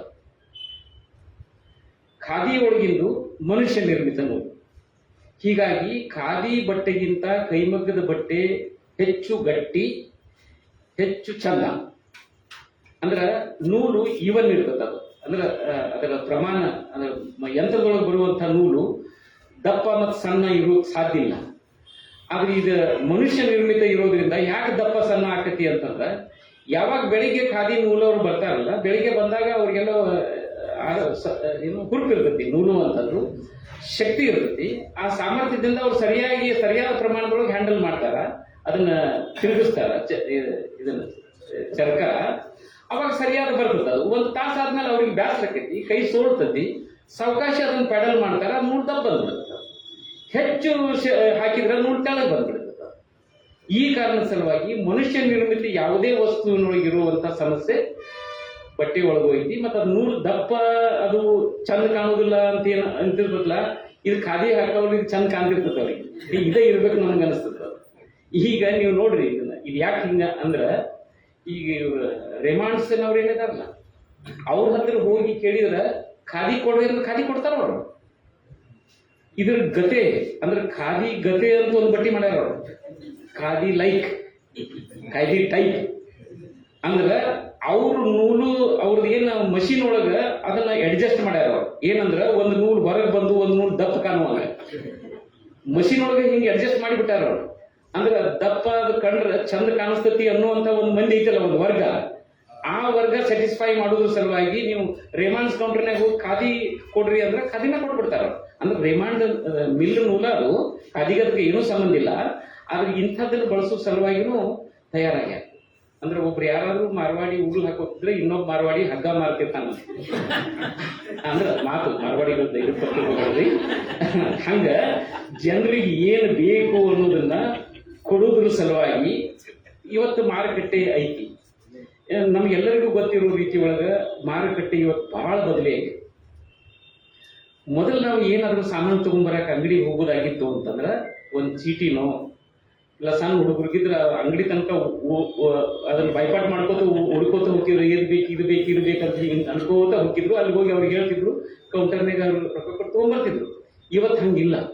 ಇವತ್ತು ಮಾರುಕಟ್ಟೆ ಬಹಳ ಬದಲಿ ಆಗ್ಯದ. ಬಹಳ ಬದಲಿ ಎಷ್ಟು ಬದಲಿ ಆಗ್ಯದ ಅಂದ್ರೆ, ಅಂಗಡಿ ಒಳಗ ನಿಮ್ಮನ್ನು ಬಿಟ್ಟುಬಿಟ್ಟಾರ, ಅಂಗಡಿ ಹೊರಗೆ ನೀವಿಲ್ಲ, ಅವ್ರು ಹೊರಗೆ ನಿಂತಾರ ರೊಕ್ಕ ಇಸ್ಕೊಳ್ಳುವ ಕಷ್ಟ, ನಿಮ್ಮನ್ನು ಒಳಗೆ ಬಿಟ್ಟಾರ. ಮೊದಲು ಅವ್ರು ಒಳಗಿದ್ರು, ನೀವು ಹೊರಗೆ ನಿಂತು ಇದನ್ನ ತಗೊಂಡ್ಬರ್ತಿದ್ವಿ.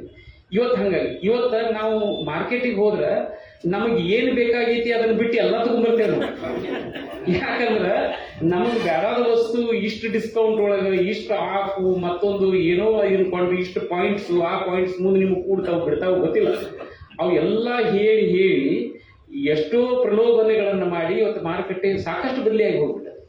ಮೊದಲೆಲ್ಲ ಮನಿ ಸರ್ಕಾರಿ ನೌಕರರು ಮನಿ ಕಟ್ಸೋದಿದ್ರೆ ಅವ್ರು ರಿಟೈರ್ ಆಗೋ ಟೈಮ್ ಒಳಗೆ ಒಂದು ಮನಿ ಕಟ್ಟಿಸ್ತಿದ್ರು. ಸರ್ಕಾರಿ ನೌಕರರು ಹೇಳತ್ತಿಲ್ಲ, ಅಂದ್ರೆ ಅವ್ರಿಗೆ ಪಗಾರ ಖಾತ್ರಿ ಇರೋರು. ಇವತ್ತು ಹಂಗಾಗಿಲ್ಲ. ನೀವು ಮನಿ ಕಟ್ಟಿಸ್ತೀರಿ ಅಂತಂದ್ರೆ ಬ್ಯಾಂಕಿನವರು ನಿಮ್ಮ ಮನೆಗೆ ಬರ್ತಾರೆ. ಕಾರ್ ತಗೋತಿರೋದು ಸುದ್ದಿ ಸಿಕ್ಕರು ಸಾಕು, ನಿಮ್ಗೆ ಅವ್ರು ನೀವು ಕಾರ್ ತಂದು ನಿಲ್ಲಿಸೇ ಬಿಡ್ತಾರೆ.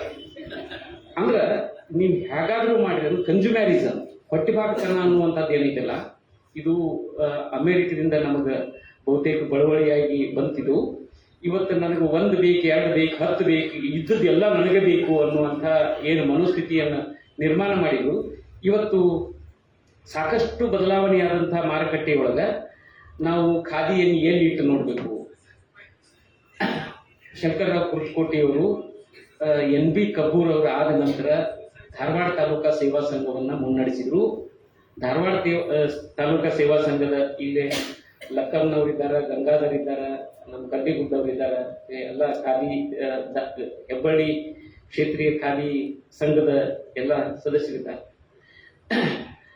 ಎಷ್ಟು ದೊಡ್ಡ ಪ್ರಮಾಣದೊಳಗೆ ನಮ್ಮ ಧಾರವಾಡ ತಾಲೂಕಾ ಸೇವಾ ಸಂಘವನ್ನು ಅವರು ಮುನ್ನಡೆಸಿದ್ರು ಅಂದ್ರೆ, 86ನೇ ಇಸ್ವಿ ಒಳಗೆ ನಾನು ಧಾರವಾಡ ತಾಲೂಕಾ ಸೇವಾ ಸಂಘದೊಳಗಿದ್ದೆ. ಆವಾಗ ನಮ್ಮ ವಾರ್ಷಿಕ ಸರಾಸರಿ ಆಯವ್ಯಯ ಎಷ್ಟಿತ್ತು? 5 ಕೋಟಿ ರೂಪಾಯಿ ಇತ್ತು.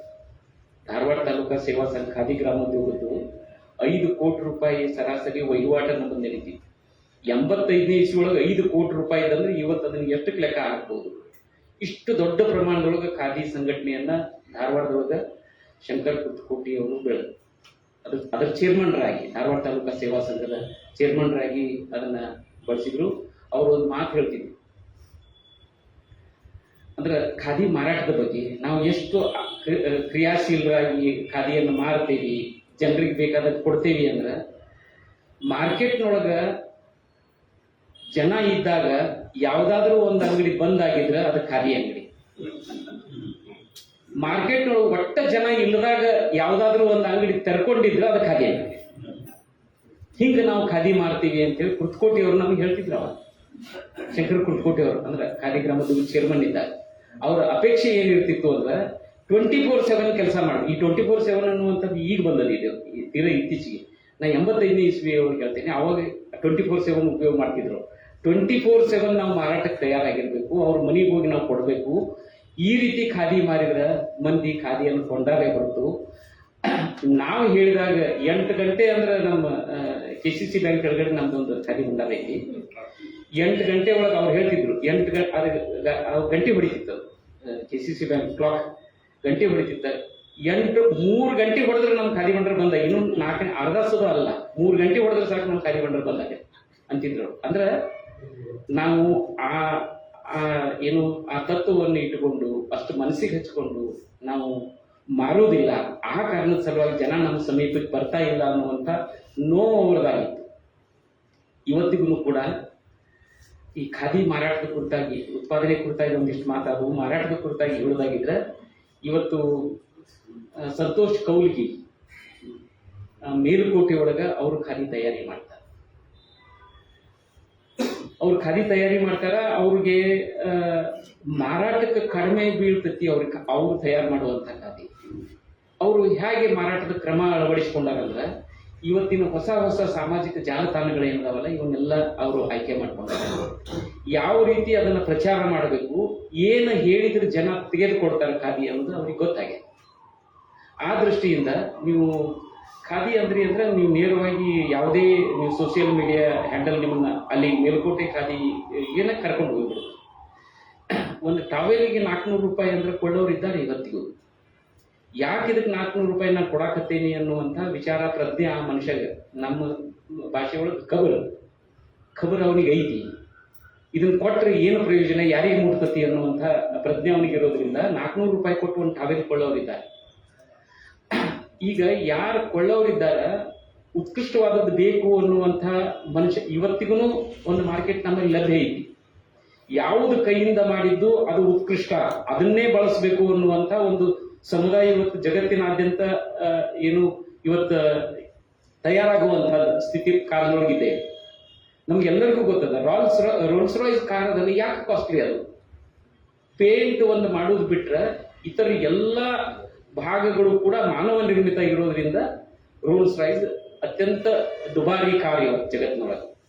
ಬರೀ ರೋಲ್ಸ್ ರಾಯ್ಸ್ ಒಂದೇ ಇಲ್ಲ, ಬಹಳ ಎಂಥವು ಆಲ್ ಬುಗುಟಿ ಇರ್ಬೋದು, ಲ್ಯಾಂಬೋರ್ಗಿನಿ ಇರ್ಬೋದು, ಅಥವಾ ಆಸ್ಟಿನ್ ಮಾರ್ಟಿನ್ ಇರ್ಬೋದು, ಇವೆಲ್ಲ ಕಾರುಗಳು ಸಂಪೂರ್ಣ ಮಾನವ ನಿರ್ಮಿತ. ಪೇಂಟ್ ಮಾಡೋದಷ್ಟ ಮಷೀನ್, ಎಲ್ಲ ಮಾನವ ನಿರ್ಮಿತ ಇರೋದ್ರಿಂದ ಇವು ಇತರ ಎಲ್ಲ ಕಾರುಗಳಿಗೆ ಹೋಲಿಸಿದ್ರೆ ಅತಿ ತುಟ್ಟಿ ಇವು. ಆದರೂ ಇದನ್ನು ಕೊಳ್ಳುವಂಥ ಜನ ಇದ್ದಾರೆ. ಇವತ್ತು ಈ ಕಾರ್ಮಿಕ ವರ್ಗವನ್ನ ಅಂದ್ರೆ ದುಡಿಯುವಂಥವರಿಗೆ ಕೆಲಸ ಕೊಡೋದ್ರ ಸಲುವಾಗಿ, ಖಾದಿಯೊಳಗೆ ಕೆಲಸ ಅವ್ರನ್ನ ಬದುಕಿಸೋದ್ರ ಸಲುವಾಗಿ ನಾವು ಈ ವರ್ಗವನ್ನು ನಂಬಿ ಅವ್ರಿಗೆ ಖಾದಿ ಮುಟ್ಟಿಸ್ಲಿಕ್ಕೆ ಯಶಸ್ವಿ ಆದ್ರೆ ನಮ್ಮ ಖಾದಿ ಮಾರಾಟಕ್ಕೆ ಏನೂ ತೊಂದರೆ ಇಲ್ಲ. ಆದ್ರೆ ನಾವು ಇದರೊಳಗೆ ನಾವು ಯಶಸ್ವಿ ಆಗಿಲ್ಲ. ಯಾಕೆ ಯಶಸ್ವಿ ಆಗಿಲ್ಲ ಅಂದ್ರೆ, ಈಗ ನಾನು ಗರಗ ಖಾದಿ ಕೇಂದ್ರದ ಅಧ್ಯಕ್ಷನಾಗಿ ನನಗೆ ಗೊತ್ತೈತಿ. ಗರಗದೊಳಗೆ ನಾವು 3 ಕೋಟಿ ರೂಪಾಯಿ ಮಾರಾಟ ಆಗದೆ ಉಳಿದಿರುವಂಥ ಖಾದಿ, 3 ಕೋಟಿ ರೂಪಾಯಿ ಅಂದ್ರೆ 3 ಕೋಟಿ ಬಂಡವಾಳ ಹಾಕಿ ನಾವು ಖಾದಿ ತಯಾರು ಮಾಡಿಟ್ಟೇವಿ. ಮಾರುಕಟ್ಟೆಗೆ ಒಳಗೆ ಅದಕ್ಕೆ ಹೋಗ್ಲಿಲ್ಲ ಅಂದ್ರೆ ಅಷ್ಟು ಅದು ಉಪಯೋಗ ಇಲ್ಲದಾಗಿದೆ. ಅಂದ್ರೆ ನಾವು ಈ ಮಾರಾಟದ ಈ ಕ್ರಮ ಏನೈತಲ್ಲ ಇದನ್ನ ನಾವು ಅಳವಡಿಸ್ಕೊಂಡಿಲ್ಲ, ಅವ್ರನ್ನ ನಾವು ಮುಟ್ಟಿಲ್ಲ ಅಂತಾನೆ ಅರ್ಥ. ಇವತ್ತಿಗೂ ಖಾದಿ ಕೊಳ್ಳೋರಾಗಿರ್ಬೋದು ಅಥವಾ ಮಾರುಕಟ್ಟೆ ಆಗಿರ್ಬೋದು ಏನೂ ತೊಂದರೆ ಇಲ್ಲ. ಇನ್ನು ಖಾದಿ ವಿಶೇಷತೆ ಏನು ಧಾರವಾಡಕ್ಕೆ ಸಂಬಂಧಪಟ್ಟಂಗೆ ಅಂತಂದ್ರೆ, ಈಗಾಗಲೇ ಪ್ರಸ್ತಾಪ ಆದ ರೀತಿ ಒಳಗೆ 1954 ಧಾರವಾಡದೊಳಗ ಖಾದಿ ತಯಾರಿಕೆ ಶುರುವಾತು. ತದನಂತರ ಧಾರವಾಡ ತಾಲೂಕಾ ಸೇವಾ ಸಂಘ NP ಕಪೂರ್ ಅದನ್ನ ಮುನ್ನಡೆಸಿದ್ರು. ಒಂದು ರಾಷ್ಟ್ರಮಟ್ಟದ ಸಂಸ್ಥೆಯಾಗಿ ಅದನ್ನು ಬೆಳೆಸಿದ್ರು. ನಂತರ 1974 ರಾಷ್ಟ್ರಧ್ವಜಕ್ಕೆ ಖಾದಿ ಬಟ್ಟೆಯನ್ನೇ ಬಳಸಬೇಕು ಅನ್ನುವಂಥ ಒಂದು ಸಮಿತಿ ಇತ್ತು. ಯಾರು ತಯಾರು ಮಾಡಬಹುದು ಅಂಥ ಪರಿಮಾಣ ಅಂದ್ರೆ ಭಾರತೀಯ ಏನು ಮಾನಕ ಸಂಸ್ಥೆ ಅಂತೇಳಿ ಬ್ಯೂರೋ ಆಫ್ ಇಂಡಿಯನ್ ಸ್ಟ್ಯಾಂಡರ್ಡ್ಸ್ ಅದರ ಪರಿಮಾಣಗಳನ್ನು ಅನುಸರಿಸಿ ಯಾರು ತಯಾರು ಮಾಡಬಹುದು ಅನ್ನುವಂಥ ಒಂದು ಪ್ರಶ್ನೆ ಬಂದಾಗ ಕುರ್ತಕೋಟಿಯವರು ಆ ಚಾಲೆಂಜ್ ಆ ಆಹ್ವಾನವನ್ನು ಒಪ್ಪಿಕೊಂಡು ಬಂದು ಶಂಕರಣ್ಣ ಕರಡಿಗೋಡು ಇವತ್ತು ಏನು ಗರಗ ಖಾದಿ ಕೇಂದ್ರದ ಹಿಂದಿನ ಮ್ಯಾನೇಜರ್ ಆಗಿದ್ದರು ಅವರು, ಮತ್ತು ಬಡಿಗೇರವರು ಮಾನಪ್ಪ ಬಡಿಗೇರವರು ಹೆಬ್ಬಳ್ಳಿ ಖಾದಿ ಕೇಂದ್ರದ ಮ್ಯಾನೇಜರ್ ಆಗಿದ್ದರು.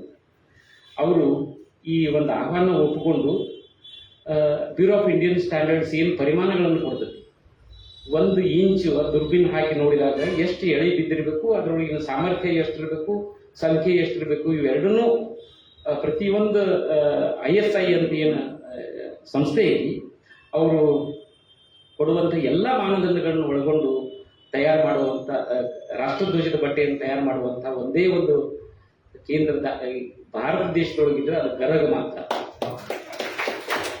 ಅದರ ನಂತರ ಈಗ ಇತ್ತೀಚೆಗೆ ಏನು ಹುಬ್ಬಳ್ಳಿ ಒಳಗನು ಬೆಂಗೇರಿ ಒಳಗೂ ಇದು ತಯಾರಿ ಹೋದ ದಶಕದೊಳಗೆ 1.5 ದಶಕದ ಹಿಂದೆ ಅಲ್ಲಿಯೂ ಕೂಡ ತಯಾರಿ ಶುರುವಾಗಿದೆ. ಈಗ ಇಷ್ಟು ಉತ್ಕೃಷ್ಟ ಮಟ್ಟದ ಖಾದಿ ತಯಾರಿಕೆ ಇಲ್ಲಿ ಹೇಗೆ ಶುರುವಾದವು?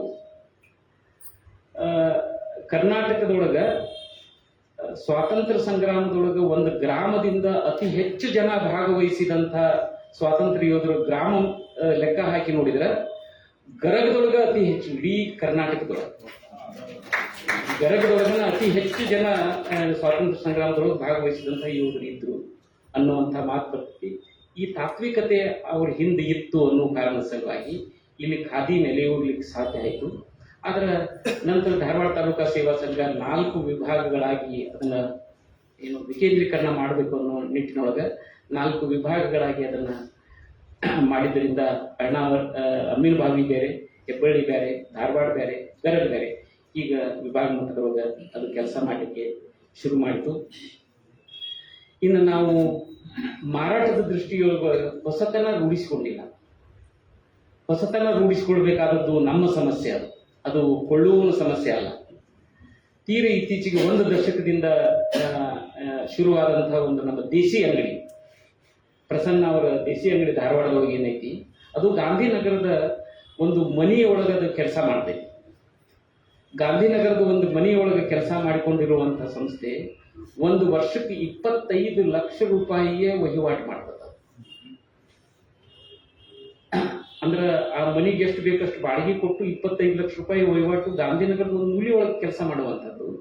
ನಾವು ಧಾರವಾಡದ ನಗರದ ಏನು ಅತ್ಯಂತ ಏನು ಪ್ರಮುಖ ಮಾರುಕಟ್ಟೆ ನಮ್ದು KCC ಬ್ಯಾಂಕಿನ ಕೆಳಗಡೆ ಇದ್ದು ನಾವು 25 ಲಕ್ಷ ಗುರಿ ಮುಟ್ಟಕ್ಕೆ ನಮ್ಮ ಕಡೆಯಿಂದ ಸಾಧ್ಯ ಆಗೋದಿಲ್ಲ.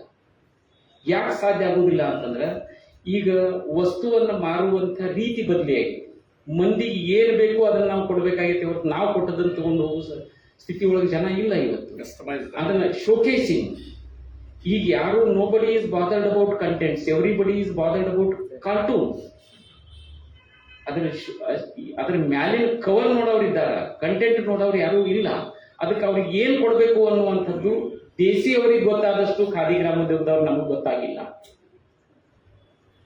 ಒಬ್ಬ ಮಾರ್ವಾಡಿಗೆ ಗೊತ್ತಾದಷ್ಟು ನಮಗೆ ಗೊತ್ತಾಗಿಲ್ಲ. ಮಾರ್ವಾಡಿ ಒಂದು ಅಂಗಡಿಗೆ ಹೋಗಿ ಒಂದು ಸೀರೆ ಕೊಡ್ರಿ ಅಂದ್ರೆ 100 ಸೀರೆ ಒಗೆದು ಬಿಡ್ತಾನ. ನೀವು ತಗೋರಿಬೇಕಾದ್ರೆ ಬಿಡ್ರಿ, ಅವ್ನು ಒಗೆದ ಕಾರಣ ನೀವು ಒಂದು ತಗೊಂಡು ಬರ್ಬೇಕು ಕೊನೆಗೆ. ನಮ್ಮಲ್ಲಿ ಹಂಗಿಲ್ಲ. ನಾನು ಹಿಡ್ಕೊಂಡು ಹೇಳ್ತೇನೆ, ಯಾರು ತಪ್ಪು ತಿಳ್ಕೊಳ್ಳೋದು ಬೇಡ. ಅಲ್ಲಿ ಮ್ಯಾಲಿನ ಕೊಡ್ರಿ ಅಂದ್ರೆ ಇಲ್ಲ ಇದನ್ನು ನೋಡ್ಬಿಡ್ರಿ, ಅದನ್ನ ತೆಗೆದು ಕೊಡೋದು ಬೇಡ. ಇಲ್ಲ ಈ ಮ್ಯಾಲಿದ್ದು ಇದನ್ನ ನೋಡಿಬಿಡ್ರಿ, ಅದನ್ನ ನೋಡಿ ನಾನು ಅಂತೇನೆ. ಅಂದ್ರೆ ನಾನು ಕೌಂಟರ್ನಾಗ ಇದ್ದೆ, ನಾನು ಒಂದಿಷ್ಟು ದಿವಸ ಖಾದಿ ಗ್ರಾಮೋದ್ಯೋಗದ ಕೌಂಟರ್ನಾಗ ಇದ್ದೆ. ನಾ ಇನ್ನೊಬ್ರಿಗೆ ಹೇಳಕತ್ತಿಲ್ಲ, ನನ್ನ ಹೇಳ್ಕೊತೇನೆ. ಈ ಮನೋಸ್ಥಿತಿ ಇತ್ತು ಅಂದ್ರೆ, ಅಥವಾ ಕೌಂಟರ್ನಾಗ ಇದ್ದವರು ನಾನು ಟೆರಿಕಾಟ್ ಟೆರ್ಲಿನ್ ಹಾಕೊಂಡು ಖಾದಿ ಮಾರ್ತಿದ್ರೆ ಜನ ಹೇಗೆ ಕೊಂಡಾರು? ನನ್ನ ಬಟ್ಟೆಯೊಳಗನ ನನಗ ನಂಬಿಕೆ ಇದ್ದಿದ್ದಿಲ್ಲ, ಮಂದಿ ಹೇಗೆ ಖಾದಿ ಕೊಂಡಾರು? ಈ ಆರ್ಥಿಕತೆ 30 ಪೈಸಾ 40 ಪೈಸಾ ಅದು ಬಿಟ್ಬಿಡು. ನಾವು ಅದನ್ನು ಬಿಟ್ಟು ವಿಚಾರ ಮಾಡೋದಾಗಿತ್ತು ಅಂತಂದ್ರೆ ನನ್ನೊಳಗೆ ಬದ್ಧತೆ ಆ ಪ್ರಾಮಾಣಿಕತೆ ನನ್ನ ಕಡಿಮೆ ಆಗಕತ್ತೇವು ಅನ್ನುವಂಥದ್ದು ನಮ್ಮ ಒಳಗೆ. ಈ ಕಾರಣದ ಸಲುವಾಗಿಯೂ ಖಾದಿಯನ್ನು ನಾವು ಯಾವ ನಿಟ್ಟಿನೊಳಗೆ ಜನರ ಕಡೆ ಕೊಂಡೊಯ್ಯಬೇಕಾಗಿತ್ತು ಅದು ಕೊಂಡೊಯ್ದಿಲ್ಲ ಅನ್ನುವಂಥದ್ದು ಪ್ರಸನ್ನ ಅವ್ರು ಹಾಗೆಲ್ಲ ಹೇಳ್ತಿದ್ರು. ಧಾರವಾಡ ತಾಲೂಕಾ ಸೇವಾ ಸಂಘಕ್ಕೆ ನಾವು ಗರಗದ ಕೇಂದ್ರದಿಂದ ಒಂದು 10-15 ಜನ ಹೋಗಿ ಹೆಗ್ಗೋಡಿಗೆ ಹೋಗಿ ಅಲ್ಲಿ ತಯಾರಿಕೆಯನ್ನು ನೋಡ್ಕೊಂಡು ಬಂದೀವಿ. ಅದರೊಳಗೆ ನಾವು ಏನು ಅಳವಡಿಸ್ಕೊಳ್ಳಿಕ್ಕೆ ಸಾಧ್ಯ ಆಗ್ಬೋದು. ಅವು ಪ್ರಸನ್ನ ಅವರು ಗರಗಕ್ಕೆ ಬಂದು ನೋಡಿದ್ರು ಏನು ಬದಲಾವಣೆ ಮಾಡ್ಬೋದು. ನೀವು ಗರಗ ಖಾದಿ ಒಂದು ಬ್ರ್ಯಾಂಡ್ ಮಾಡ್ರಿ ಅಂದರು. ಇದನ್ನೊಂದು ಬ್ರ್ಯಾಂಡ್ ಮಾಡ್ರಿ ನೀವು. ಆ ಬ್ರ್ಯಾಂಡ್ ಮಾಡಿದ್ರೆ ಈಗ ಹೆಂಗೆ ಮೇಲ್ಕೋಟೆ ಅವರು ಒಂದು ಬ್ರ್ಯಾಂಡ್ ಮಾಡ್ಕೊಂಡಾರಲ್ಲ, ಜಗತ್ತಿನಾದ್ಯಂತ ಜನ ತಗೊಂಡು ಹೋಗ್ಬಿಡ್ತಾರೆ. ಅವರಿಗೆ ನೀವು ಒಂದು 100 ರೂಪಾಯಿ 200 ರೂಪಾಯಿ 1000 ರೂಪಾಯಿ ಏನು ವ್ಯತ್ಯಾಸ ಇಲ್ಲ. ಯುರೋಪ್ US-ನವರಿಗೆ ಈ ರೊಕ್ಕದ ಕಿಮ್ಮತ್ತೇ ಇಲ್ಲ. ನನಗೆ ಹಾಗೆ ಆಗೋದಿಲ್ಲ. ಇದನ್ನು ಕೊಂಡ್ರೆ ಮಾತ್ರ ನಮ್ಮ ಜೀವನ ನಿರ್ವಹಣೆ ನಮ್ಮ ಕೆಲಸಗಾರರು. ಆ ಕಾರಣದ ಸಲುವಾಗಿ ಇದನ್ನು ಬ್ರ್ಯಾಂಡ್ ಮಾಡ್ರಿ. ಬ್ರ್ಯಾಂಡ್ ಮಾಡೋಕೆ ನಮ್ಮ ಕಡೆಯಿಂದ ಆಗಿಲ್ಲ. ಇವತ್ತು ಒಂದು ಪ್ರಮುಖ ಸ್ಥಳದೊಳಗೆ ಅದನ್ನು ಮಾರುಕಟ್ಟೆ ಮಾಡೋಕ್ಕೆ ನಮ್ಮ ಕಡೆಯಿಂದ ಆಗಿಲ್ಲ ಅನ್ನುವಂಥದ್ದು ನಮ್ಮ ಸಮಸ್ಯೆ. ಇಷ್ಟಾಗಿಯೂ ಕೂಡ ಭಾರತ ದೇಶದೊಳಗೆ ಇವತ್ತಿಗೆ 68 ಲಕ್ಷ ಜನ ಖಾದಿಯೊಳಗೆ ತೊಡಗಿಕೊಂಡಿದ್ದಾರೆ ಅನ್ನುವಂಥ ಒಂದು ಸರ್ವೇಕ್ಷಣ. ಇತ್ತೀಚೆಗೆ ಇದು ಭಾಳ ಕಡಿಮೆ ಆಗ್ಲಿಕ್ಕತ್ತೈತಿ. ಯಾಕೆ ಕಡಿಮೆ ಆಗ್ಲಿಕ್ಕತ್ತೈತಿ ಅಂದ್ರೆ ನಾವು ಕೊಡುವಂಥ ಮಜೂರಿ ಅಂದ್ರೆ ಕೂಲಿ, ಕೆಲಸಗಾರರಿಗೆ ಕೊಡುವಂಥ ಕೂಲಿ ಭಾಳ ಕಡಿಮೆ. ಭಾಳ ಕಡಿಮೆ ಅಂದ್ರೆ ಅಲ್ಲೇ ಇದು ಏನು ದೈಹಿಕ ಶ್ರಮ ಅನ್ನುವಂಥದ್ದು ನಮ್ಮ ಜೀವನದಿಂದ ಹೇಗೋ ದೂರ ಹೋಗ್ಲಿಕ್ಕೆ ಶುರುವಾಗಿದೆ. ಸಾಧ್ಯ ಇದ್ದ ಮಟ್ಟಿಗೆ ದೈಹಿಕ ಶ್ರಮ ಕಡಿಮೆ ಮಾಡಿಕೊಂಡು ನಾವು ಕೆಲಸ ಮಾಡಬೇಕು. ಈ ಔಟ್ಪುಟ್ ಉತ್ಪಾದನೆ ಅನ್ನುವಂಥದ್ದು ದೈಹಿಕ ಶ್ರಮ ಇಲ್ಲದೇನೆ ಯಂತ್ರಗಳ ಕಡೆಯಿಂದ ಮಾಡಿಸ್ಕೋಬೇಕು. ಅದು ಕೃಷಿ ಆಗಿರ್ಬೋದು, ಖಾದಿ ಇರ್ಬೋದು, ಇತರ ಯಾವುದೇ ಕೆಲಸ ಆಗಿರ್ಬೋದು. ನಮ್ಮ ಆಫೀಸ್ ಕೆಲಸನೂ ಕೂಡ ಮಷಿನ್ಗೆ ಮಾಡಬೇಕು. ಈಗ ನೆಲ ಒರೆಸಕ್ಕೂ ಮಷಿನ್ ಬಂದಾವ. ಈಗ ನೆಲನೂ ಅವ ಒರೆಸ್ತಾವ, ಹುಡುಕ್ಯಾಡು ಒರೆಸ್ತಾವ, ಹಂಗೆ ಇಲ್ಲ, ರೋಬೋಟ್ ಬಂದಾವ. ಹೀಗೆ ನಮ್ಮ ಮನಸ್ಥಿತಿ ಹೀಗೆ ಆಗೋದ್ರಿಂದ ನಾವು ಹೆಚ್ಚು ತೊಡಗಿಸಿಕೊಳ್ಳೋಕೆ ಸಾಧ್ಯ ಆಗಿಲ್ಲ. ಇದರ ಬದಲಾವಣೆಯನ್ನು ನಾವು ನೋಡ್ಕೊಳ್ಬೇಕು. ಇಷ್ಟರ ನಡುವೂ ಕೂಡ ಇವತ್ತಿಗೂ ಕೂಡ ಒಂದು ಆಂಧ್ರದೊಳಗೆ ಒಂದು ಮಸ್ಲಿನ್ ಖಾದಿ ತಯಾರು ಮಾಡುವಂಥ ಒಂದು ಕೇಂದ್ರ ಇದೆ. ಅಂದ್ರೆ ಖಾದಿಯನ್ನು ಕೊಡುವುದಿಲ್ಲ ಅನ್ನುವಂಥ ಆರೋಪ ಅಷ್ಟು ಸರಿಯಲ್ಲ. ಮಸ್ಲಿನ್ ಖಾದಿ ತಯಾರು ಮಾಡುವ ಆ ಕೇಂದ್ರದವ್ರು ಏನು ತಯಾರು ಮಾಡ್ತಾರ, ಇಷ್ಟು ಮೇಡಕ್ ಇರ್ಬೋದು, ಬಹುತೇಕ ನಾನು ನೆನಪು ಸರಿ ಇದ್ರೆ ಮೇಡಕ್ ಇರ್ಬೋದು, ಲಕ್ಕನ್ನವರು ಗಂಗಾಧರ್ ನನಗೆ ಹೇಳೋರು ಇಲ್ಲದವರು. ಆ ಮೇಡಕ್ ಕೇಂದ್ರದೊಳಗೆ ಏನು ತಯಾರು ಮಾಡ್ತಾರ, ಅವರು ಖಾದಿ ಎಷ್ಟು ತಯಾರು ಮಾಡ್ತಾರೆ, ಇಷ್ಟು ಖಾದಿಯನ್ನು ಕೊಳ್ಳೋರು ಇದ್ದಾರೆ ಅವರು. ಇವತ್ತು ಅದೇನು ಮಸ್ಲಿನ್ ಬಟ್ಟೆ ಇತ್ತು, ನಮ್ಮ ಕಲ್ಕತ್ತಾ ಮಸ್ಲಿನ್ ಬಟ್ಟೆ ಒಂದು ಕಡ್ಡಿ ಪಟ್ಟಿಗೆಯೊಳಗೆ ಒಂದು ಸೀರೆ ದೋತ್ರಗಳನ್ನ ಹಾಕಿ ಬಿಡಬಹುದು ಅನ್ನುವಷ್ಟರ ನೈಸಿಟಿ ಕೈಯಿಂದ ಮಾಡುವಂಥದ್ದು, ಮತ್ತೆ ಎಲ್ಲ ಪ್ರಕ್ರಿಯೆ ಕೈಯಿಂದ ಮಾಡುವಂಥ ಅಷ್ಟೊಂದು ತಜ್ಞತೆ ನಮಗೇನಿತ್ತು, ಇವತ್ತು ಅದೆಲ್ಲ ಮಾಯ ಆಗಿ ಹೋಗಿ ಬಹುತೇಕ ನಾವು ಅದರಿಂದ ದೂರ ಸರಿಯಾಗತ್ತೆ. ಇದು ಆಯ್ಕೆ ನಮ್ಮದೈತಿ. ನಾವು ಬ್ರೆಡ್ ತಿನ್ಬೇಕು, ರೊಟ್ಟಿ ತಿನ್ಬೇಕು ಅನ್ನೋದು. ಬ್ರೆಡ್ ಚಂದ ಕಾಣಿಸ್ತೈತಿ ಮತ್ತು ಸೋಮಿನೂ ಐತಿ ರೊಟ್ಟಿಗೆ ಕಂಪೇರ್ ಮಾಡಿದ್ರೆ. ರೊಟ್ಟಿ ತುಟ್ಟಿ ಐತಿ, ಚಂದ ಕಾಣೋದಿಲ್ಲ. ಅದರ ಆಯ್ಕೆ ನಮ್ಮ ನಡುವೆ ಇರೋದ್ರಿಂದ ನಾವು ಇದನ್ನು ನಾವು ಮಾಡ್ಕೊಳ್ಬೇಕು. ಎಷ್ಟು ಶೀಘ್ರ ನಾವು ಜಪಾನಿಗರಾಗ್ತೀವಿ ಅಷ್ಟು ಶೀಘ್ರ ಖಾದಿ ಅಥವಾ ಖಾದಿ ಅಂಥ ವಸ್ತುಗಳು ಭಾರತ ದೇಶದೊಳಗೆ ಏನು ತಯಾರಾಗ್ತಾವು ಅವು ಜೀವಂತ ಉಳಿಯುವ ಸಾಧ್ಯತೆ ಇದೆ. ಬುಲೆಟ್ ಟ್ರೈನ್ ಒಳಗೆ ತಿರುಗಾಡುವಂಥ ಪ್ರಯಾಣಿಕರು ಜಪಾನ್ನೊಳಗೆ ಏನಿದ್ದಾರಲ್ಲ, ಅವರು ಜಪಾನದೊಳಗೆ ಬೆಳೆದಂಥ ಅಕ್ಕಿಯನ್ನು ಕೊಳ್ಳಲಿಕ್ಕೆ ಏನು ಹೋಗ್ತಾರೆ ಹೊರತು ಬೇರೆ ದೇಶದಿಂದ ಆಯಾತ ಆಗಿರುವಂಥ ಅಕ್ಕಿಯನ್ನು ಅವರು ತಿನ್ನೋದಿಲ್ಲ ಜಪಾನ್ದವರು. ನಾವು ನಮಗೆ ಮೇಡ್ ಇನ್ ಇಂಡಿಯಾ ಬಿಟ್ಟು ಮತ್ತೇನಾರ ಇದ್ರೆ ಹುಡುಕ್ಯಾಡ್ತೇವೆ. ಮೇಡ್ ಇನ್ ಇಂಡಿಯಾ ಇದ್ರೆ ನಮಗೆ ಬೇಡ, ನಾವು ಬೇರೆದೇ ಶ್ರೇಷ್ಠ ಅನ್ನುವಂಥ ಮಾನಸಿಕತೆ ಅಥವಾ ರೋಗ ನಮಗೆ ಬಡದ್ರಿಂದ ಈ ಸಮಸ್ಯೆಯಿಂದ ನಾವು ಎಷ್ಟು ಶೀಘ್ರ ನಾವು ಹೊರಗೆ ಬರ್ತೀವಿ ಅಷ್ಟು ಶೀಘ್ರ ನಾವು ಇಂಥ ಖಾದಿ ಅಂಥ ವಸ್ತುಗಳನ್ನು ನಮ್ಮ ಜೊತೆಗೆ ಉಳಿಸಿಕೊಂಡಿರ್ಬೋದು. ನಾನು ಕಳೆದ ತಿಂಗಳು ಭೂತಾನ್ಗೆ ಹೋಗಿದ್ದೆ. ಅಲ್ಲಿ ಕೈಯಿಂದ ನೂಲುವಂಥದ್ದು ಮತ್ತು ಕೈಯಿಂದ ನೇಯುವಂಥದ್ದು ಇವತ್ತಿಗೂ ಚಾಲ್ತಿಯೊಳಗೈತಿ. ಅತಿ ಹೆಚ್ಚು ತುಟ್ಟಿ ಸಿಗುವಂಥ ವಸ್ತು ಅಂದರೆ ಕೈಯಿಂದ ಮಾಡಿದ್ದ ತುಟ್ಟಿ. ಇತರ ಮಷಿನ್ ಮೇಡ್ ಏನದಾವೋ ಅದನ್ನು ಕೊಳ್ಳೋರು ಇಲ್ಲ, ಅವರು ಅದನ್ನು ಹೆಚ್ಚಿಗೆ ಪ್ರೋತ್ಸಾಹಿಸೋದಿಲ್ಲ.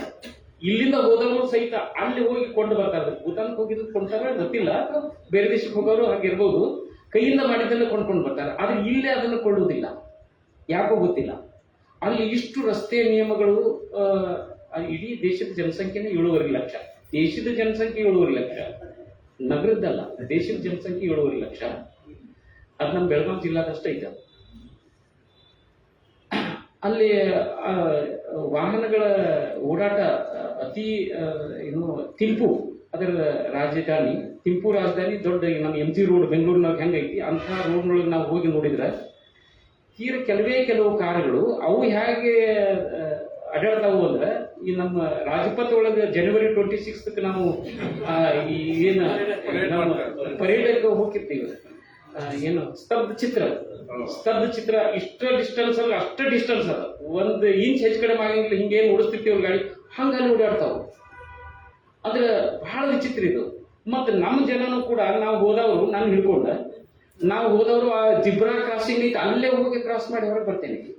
ನಮ್ಮೂರಾಗ ಕ್ರಾಸ್ ಮಾಡೋದಿಲ್ಲ, ನಮ್ಮೂರಾಗ ಜಿಬ್ರಾ ಕ್ರಾಸಿಂಗ್ ಇಲ್ಲ, ನಾ ಕ್ರಾಸ್ ಮಾಡೋದು ಎರಡೂ ಇಲ್ಲ. ಅದು ಇದ್ರೂ ನಾ ಮಾಡೋದಿಲ್ಲ. ಅಲ್ಲಿ ಏನು ಕಟ್ಟುನಿಟ್ಟೈತಿ ಅದನ್ನ ನಾವೇ ಪಾಲಿಸೋದಿಲ್ಲ. ಹೀಗಾಗಿ ನಮ್ಮ ವಸ್ತು ಇದು ಸ್ವದೇಶದ್ದು, ಇದು ವಿದೇಶದ್ದು ಅನ್ನುವಂಥದ್ದು ನಮ್ಗೆ ಇನ್ನಾದರೂ ಕಲ್ಪನೆ ಬರಬೇಕು. ಹರಿಹರನೊಳಗೆ ಏನು ಪಾಲಿಫೈಬರ್ಸ್ನೊಳಗೆ ಬಟ್ಟೆ ತಯಾರಾಗತ್ತಿ ಅದು ಸ್ವದೇಶಿದ್ದಂತ ನಾ ಅನ್ನೋದಿಲ್ಲ. ಹರಿಹರ್ ಪಾಲಿಫೈಬರ್ಸ್ನೊಳಗೆ 20 ವರ್ಷದಿಂದ ಸಮಾಜ ಪರಿವರ್ತನಾ ಸಮುದಾಯದವರು ಹರಿಹರ್ ಪಾಲಿಫೈಬರ್ಸ್ ವಿರುದ್ಧ ದೊಡ್ಡ ಹೋರಾಟ ಕಟ್ಟಿದ್ರು. ಯಾಕೆ ಕಟ್ಟಿದ್ರು? ಆ ಕಾರ್ಖಾನೆ ಬಂದ್ ಆಗ್ಬೇಕಂತಿಲ್ಲ. ನಿಜಲಿಂಗಪ್ಪನವರು ಮುಖ್ಯಮಂತ್ರಿಯಾಗಿದ್ದಾಗ ಬಿರ್ಲಾ ಅವರಿಗೆ ರಿಕ್ವೆಸ್ಟ್ ಮಾಡಿಕೊಂಡು ಹರಿಹರ್ ಪಾಲಿಫೈಬರ್ ಸ್ಥಾಪನೆ ಆದದ್ದು. ನಮ್ಮ ಜನರಿಗೆ ಉದ್ಯೋಗ ಸಿಗಲಿ, ಇಲ್ಲಿ ಇಂಡಸ್ಟ್ರಿಯಲೈಸೇಷನ್ ಆಗಲಿ, ಇದೊಂದಿಷ್ಟು ಅಭಿವೃದ್ಧಿ ಆಗಲಿ, ನಿಜಲಿಂಗಪ್ಪ ವಿಶೇಷ ಒತ್ತು ಕೊಟ್ಟು ಬಿರ್ಲಾ ಅವರಿಗೆ ಆಮಂತ್ರಣ ತಂದು, ಈಗೇನು ನಾವು ರತ್ನಗಂಬಳಿ ಹಾಯಿಸಿ ನಾವು ವಿದೇಶಿಗರನ್ನು ಕರಿತೀವಿ, ಆ ಪ್ರೋಗ್ರಾಮ್ ಆವಾಗ ಶುರುವಾಗಿತ್ತು. ಆ ಭಾಗವಾಗಿನೇ ಹರಿಹರ್ HPF ಹರಿಹರ್ ಪಾಲಿಫೈಬರ್ ಶುರು ಆದದ್ದು. ಆದ್ರೆ ನಂತರ ಆದದ್ದೇನು ಅಂದ್ರೆ, ಪ್ರತಿ ವರ್ಷ ಮಳೆಗಾಲದೊಳಗೆ ತುಂಗಭದ್ರಾ ಯಾವಾಗ ತುಂಬಿ ಹರಿತಿರ್ತತಿ ಆವಾಗ ಅವ್ರದ್ದೊಂದು ಏನು ಸಿವೇಜ್ ಟ್ರೀಟಿಂಗ್ ಪ್ಲಾಂಟ್ ಐತಲ್ಲ, ಆ ಪ್ಲಾಂಟ್ ಒಳಗೆ ಏನು ವರ್ಷಗಟ್ಟಲೆ ತುಂಬಿಟ್ಟಿರ್ತಾರಲ್ಲ ಅದನ್ನ ಒಂದ್ಸರಿ ನೀರಿಗೆ ಬಿಟ್ಟು ಬಿಡ್ತಾರೆ. ಮುಂದಿನ 20 ಹಳ್ಳಿ ಒಳಗೆ ಎಲ್ಲಾ ಮೀನುಗಳು ಸತ್ತು ಹೋಗ್ಬಿಡ್ತಾವೆ. ಫಿಶ್ ಮಾಸ್ ಕಿಲ್ಲಿಂಗ್ ಏನೈತಲ್ಲ ಅದು ನಡೆದು ಹೋಗ್ಬಿಡುತ್ತೆ. ಅಂದ್ರೆ ಮೀನುಗಾರರು ಇಡೀ ವರ್ಷದ ಬದುಕು ಹಾಳಾಗಿರೋದು. ಆದ್ರೆ ನೀರು ಬಳಸೋರು ಎಲ್ಲರೂ ಅವ್ರದ್ದು ಅವು ಯಾವ್ಯಾವ ಏನಿಲ್ಲ ಎಲ್ಲಾ ರೋಗಗಳು ಅವ್ರಿಗೆ ಬಂದು ಹೋದವು. ಇದರ ಒಟ್ಟಿಗೆ ಒಂದು ಬಟ್ಟೆ ತಯಾರಾಗಿ ನನ್ಗೆ ಬರ್ತೈತಿ, ಅದು ಮಾರುಕಟ್ಟೆ ಒಳಗೈತಿ. ಆ ಬಟ್ಟೆ ನನ್ನ ದೇಹದ ಮೇಲೆ ಐತಿ. ಅದರಿಂದ ಏನು ರೋಗಗಳು ಬರ್ತಾವೆ, ಆರೋಗ್ಯದ ಸಮಸ್ಯೆ, ಅಸಮಾನತೆ, ಏನು ನಾವು ಪಟ್ಟಿ ಮಾಡಿದೀವಲ್ಲ ಯಾವಕ್ಕೂ ಲೆಕ್ಕ ಇಲ್ಲದಂಗೆ ಇಂಥ ಒಂದು ಬಟ್ಟೆ ನನ್ನ ಸ್ವದೇಶಿ ಬಟ್ಟೆ ಅನ್ಬಹುದಾ? ಬಿರ್ಲಾ ನಮ್ಮ ದೇಶದವರು, ಹೌದು. ಕೆಲಸ ಮಾಡೋರು ನಮ್ಮ ದೇಶದವರು, ಅದಕ್ಕೆ ಖರ್ಚಾ ವಸ್ತು ನಮ್ಮ ದೇಶದ್ದು, ಬಟ್ಟೆನೂ ಇಲ್ಲೇ ನಮ್ಮ ದೇಶದ್ದು, ತಯಾರಿನೂ ಇಲ್ಲೇ ಇದಕ್ಕೆ ನಮ್ಮ ದೇಶದ ಬಟ್ಟೆ ಅನ್ಬಹುದಾ? ಹೇಗೆ ಇದು ಸ್ವದೇಶಿ ಹೌದಾ? ಇಲ್ಲ, ಇದಕ್ಕೊಂದು ವ್ಯತಿರಿಕ್ತವಾಗಿ ಲಾಭದೊಳಗೆ ಯಾವುದು ನಮ್ದು ಇವತ್ತಿನ ಪ್ರೀತಿಯ ವಸ್ತು ಅಂದ್ರೆ ಪಾಕಿಸ್ತಾನ. ಈಗ ಇಂಡಿಯಾದಕ್ಕಿಂತ ಹೆಚ್ಚು ಪಾಕಿಸ್ತಾನ ಅನ್ನಕತ್ತೇವೆ ನಾವು. ಆ ಲಾಭದೊಳಗೆ ತಯಾರಾಗುವಂತಹ ಒಂದು ಹತ್ತಿ ಬಟ್ಟೆ ಅಥವಾ ಖಾದಿ ಬಟ್ಟೆ ಇದ್ರೆ ಅದಕ್ಕೆ ನಾವು ವಿದೇಶಿ ಅನ್ಬೇಕೇನಂತ. ಯಾವುದಕ್ಕೂ ವಿದೇಶಿ ಅನ್ಬೇಕು ನಾನು? ಈ ಎಲ್ಲ ಮಾನದಂಡಗಳನ್ನು ಅನುಸರಿಸಿ ತಯಾರಾದಂಥ ಪಾಕಿಸ್ತಾನದೊಳಗೆ ತಯಾರಾದಂಥ ಬಟ್ಟೆ ವಿದೇಶಿನೋ, ಈ ಯಾವುದೂ ಮಾನದಂಡಗಳನ್ನು ಬಿಟ್ಟು ಸಂಪೂರ್ಣ ಕೇಂದ್ರೀಕೃತ ಅಥವಾ ಎಲ್ಲ ಪರಿಸರ ಪ್ರದೂಷಣ ಮಾಡಿ ತಯಾರಾದಂಥ ಹರಿಹರದೊಳಗಿನ ತಯಾರಾದಂಥ ಬಟ್ಟೆ ಸ್ವದೇಶಿನೋ? ಈ ಸ್ವದೇಶಿ ಅನ್ನುವಂಥ ವ್ಯಾಖ್ಯಾನ ಐತಲ್ಲ, ಇದನ್ನ ನಾವು ಮರು ವ್ಯಾಖ್ಯಾನ ಮಾಡಬೇಕೋ ಬೇಡವೋ ಅನ್ನುವಂಥ ಸಮಸ್ಯೆಯೊಳಗೆ ನಾವಿಲ್ಲಿದ್ದೇವೆ. ಇದ್ರ ಜೊತೆಗೆ ಇನ್ನು ಖಾದಿ ಕಮಿಷನ್ ಒಂದೆರಡು ಮಾತು ಹೇಳಿ ನಾನು ಮಾತಿಗೆ ಹೇಳ್ತೇನೆ. ಮೊದಲು ಖಾದಿ ಅನ್ನುವಂಥದ್ದು ಒಂದು ಮಿಷನ್ ಇತ್ತು. ಈಗ ಖಾದಿ ಅನ್ನುವಂಥದ್ದು ಒಂದು ಕಮಿಷನ್ ಆಗಿದೆ, ಒಂದು ಆಯೋಗ ಇದೆ. ನಾ ಇದನ್ನ ಎಷ್ಟು ಹೇಳೋದು ಸರಿ ತಪ್ಪು ಗೊತ್ತಿಲ್ಲ, ಆದರೆ ಬಹಳ ಆಸಕ್ತರು ಈ ವಿಷಯದ ಕುರಿತಾಗಿ ಇಷ್ಟಾದರೂ 50 ಜನ ಧಾರವಾಡದೊಳಗೆ ಖಾದಿ ವಿಷಯದ ಕುರಿತು ಕೇಳೋ ಸಲುವಾಗಿ ನಮ್ಮ ಒಟ್ಟಿಗಿದ್ದಾರೆ ಅನ್ನುವಂಥದಕ್ಕಿಂತ ದೊಡ್ಡ ಹೆಮ್ಮೆ ನನಗೇನೂ ಇಲ್ಲ, ಬಹಳ ದೊಡ್ಡ ಹೆಮ್ಮೆ ಇಲ್ಲ. ಆ ಕಾರಣ ಈ ಖಾದಿ ಕಮಿಷನ್ ಈಗ ನಮಗೆ ಖಾದಿ ಬಟ್ಟೆ ಯಾಕೆ ಅಷ್ಟು ಸರಿಯಾಗಿ ಅಂದ್ರೆ ಕ್ವಾಲಿಟಿ ಗುಣಮಟ್ಟದ ಸಿಗ್ತಾ ಇಲ್ಲ ಅನ್ನುವಂಥ ನೋವು ನಾನು 82ರಿಂದ 86 ತನಕ ಏನು ನಾನು ಧಾರವಾಡ ತಾಲೂಕು ಸೇವಾ ಸಂಘದೊಳಗೆ ಆಂತರಿಕ ಲೆಕ್ಕ ಪರಿಶೋಧಕ ಕೆಲಸ ಮಾಡ್ತಿದ್ದೆ. ಆವಾಗ ಖಾದಿ ಕಮಿಷನ್ ಇತ್ತು ಆವಾಗನು. ಆದ್ರೆ ಹತ್ತಿಯನ್ನು ಖರೀದಿ ಮಾಡುವಂಥ ಸ್ವಾತಂತ್ರ್ಯವನ್ನು ಆಯಾ ಖಾದಿ ಉತ್ಪಾದಕ ಕೇಂದ್ರಗಳಿಗೆ ಕೊಟ್ಟಿದ್ರು. ನಾವೇ ಮಾರ್ಕೆಟ್ನೊಳಗೆ ಹೋಗಿ ಯಾವ ಚಲೋ ಹತ್ತಿ ಎಲ್ಲೈತಿ ಅನ್ನೋದನ್ನು ನಾವೇ ಸೆಲೆಕ್ಟ್ ಮಾಡಿಕೊಂಡು ಕೊಂಡ್ಕೊಂಡು ಬಂದು ನಮ್ಮಲ್ಲೇ ಕಾರ್ಡಿಂಗ್ ಕಚೇರಿ ಸೆಂಟರ್ಸ್ ಇದ್ದು ಹೆಬ್ಬಳ್ಳಿ ಒಳಗೆ ಮತ್ತು ಇಲ್ಲಿ ಧಾರವಾಡದ ಕೆಲ್ಗೇರಿ ಒಳಗೆ ಅಂದರೆ ಅದನ್ನು ಸ್ವಚ್ಛ ಮಾಡಿ ನಾವು ಅದನ್ನು ಫೈನಲ್ ಲ್ಯಾಪು ಫೈನಲ್ ಟೇಪು ಮಾಡಿ ನಂತರ ಹಂಚಿಗೆ ಪರಿವರ್ತನೆ ಮಾಡಿ ನಾವು ಪೂರ ಪ್ರಕ್ರಿಯೆ ನಮ್ಮಲ್ಲೇ ನಡೀತಿದ್ದೆಲ್ಲ. ಅಂದ್ರೆ ಹತ್ತಿಯನ್ನು ಕೊಳ್ಳುವಂಥದ್ದು ಅದರ ರೇಟಿನ ಮೇಲೂ ನಮಗೆ ಏನು ನಿಯಂತ್ರಣ ಇರ್ತಿತ್ತು, ಗುಣಮಟ್ಟದ ಮೇಲೂ ನಮಗೆ ನಿಯಂತ್ರಣ ಇರ್ತಿತ್ತು. ಹೀಗಾಗಿ ಅತಿ ಶುದ್ಧ ಖಾದಿಯನ್ನು ನಾವು ತಯಾರು ಮಾಡಲಿಕ್ಕೆ ಅವತ್ತು ಸಾಧ್ಯ ಆಗ್ತಿತ್ತು. ಇವತ್ತು ಹಾಗಿಲ್ಲ. ಇಡೀ ಕರ್ನಾಟಕದವರು ಚಿತ್ರದುರ್ಗದೊಳಗೆ ಒಂದು ಸ್ಲೈವರ್ ಪ್ಲಾಂಟ್ ಐತಿ. ಆ ಸ್ಲೈವರ್ ಪ್ಲಾಂಟ್ನೊಳಗೆ ನೀವು ಖಾದಿ ಖರೀದಿ ಮಾಡಬೇಕು. Commission of direction government of India. ಈಗಿನ ಸರ್ಕಾರ ಅನ್ನೋದಿಲ್ಲ, ಹಿಂದಿನ ಸರ್ಕಾರದವರೇ ಮಾಡಿಟ್ಟಿದ್ದು, ಅದು ಮುಂದುವರೆದಷ್ಟೆ. ಈಗ ನಿರ್ದೇಶನ ಮಾಡಿ ಅವರು IAS ಆಫೀಸರ್ಸು ಅವರು ಕೊಳ್ಳುವಂಥ ಯಾವುದೇ ವಸ್ತುವನ್ನು ಟೆಂಡರ್ನೊಳಗೆ ಕೊಳ್ಳುವುದ್ರ ಸಲುವಾಗಿನ ಪ್ರಕ್ರಿಯೆ ಬಗ್ಗೆ ನಾವು ಮಾತಾಡೋದಿಲ್ಲ. ಅದೆಲ್ಲರಿಗೂ ನಮಗೆ ಗೊತ್ತೈತಿ. ಅವ್ರು ಯಾವುದು ಕೊಳ್ಳುತ್ತಾರ, ಯಾವುದನ್ನು ಮಾಡಿಟ್ಟಿರ್ತಾರ, ಅಂದ್ರೆ ಹಂಜಿಯನ್ನು ಮಾಡಿಟ್ಟಿರ್ತಾರ, ಆ ಹಂಜಿಯನ್ನು ತಂದು ನಾವು ಖಾಲಿ ಮಾಡಬೇಕು. ಅದು ಹಂಜಿ ಗುಣಮಟ್ಟದ ಬಗ್ಗೆ ಆಗಿರ್ಬೋದು, ಹಂಜಿ ದರದ ಬಗ್ಗೆ ಆಗಿರ್ಬೋದು, ಅಥವಾ ಅದರ ಮೇಕ್ ಬಗ್ಗೆ ಆಗಿರ್ಬೋದು, ತಯಾರಿಕೆ ಬಗ್ಗೆ, ಕ್ವಾಲಿಟಿ ಬಗ್ಗೆ ಆಗಿರ್ಬೋದು. ಹೀಗಾಗಿ ಈ ಕಮಿಷನ್ ಆದಮೇಲೆ IAS ಆಫೀಸರ್ಸ್ ಅವ್ರು ಇವತ್ತು ಈ ಡಿಪಾರ್ಟ್ಮೆಂಟ್ನಾಗ ಇರ್ತಾರೆ, ನಾಳೆ ಇನ್ನೊಂದು ಯಾವುದು ಇವತ್ತು ಖಾದಿ ತಯಾರು ಮಾಡುವ ಡಿಪಾರ್ಟ್ಮೆಂಟ್ನಾಗ ಇದ್ದ IAS ಆಫೀಸರು ನಾಳೆ ಮದ್ಯ ತಯಾರು ಮಾಡುವಂಥ ಆಫೀಸರ್ ಆಗಿರ್ತಾರೆ.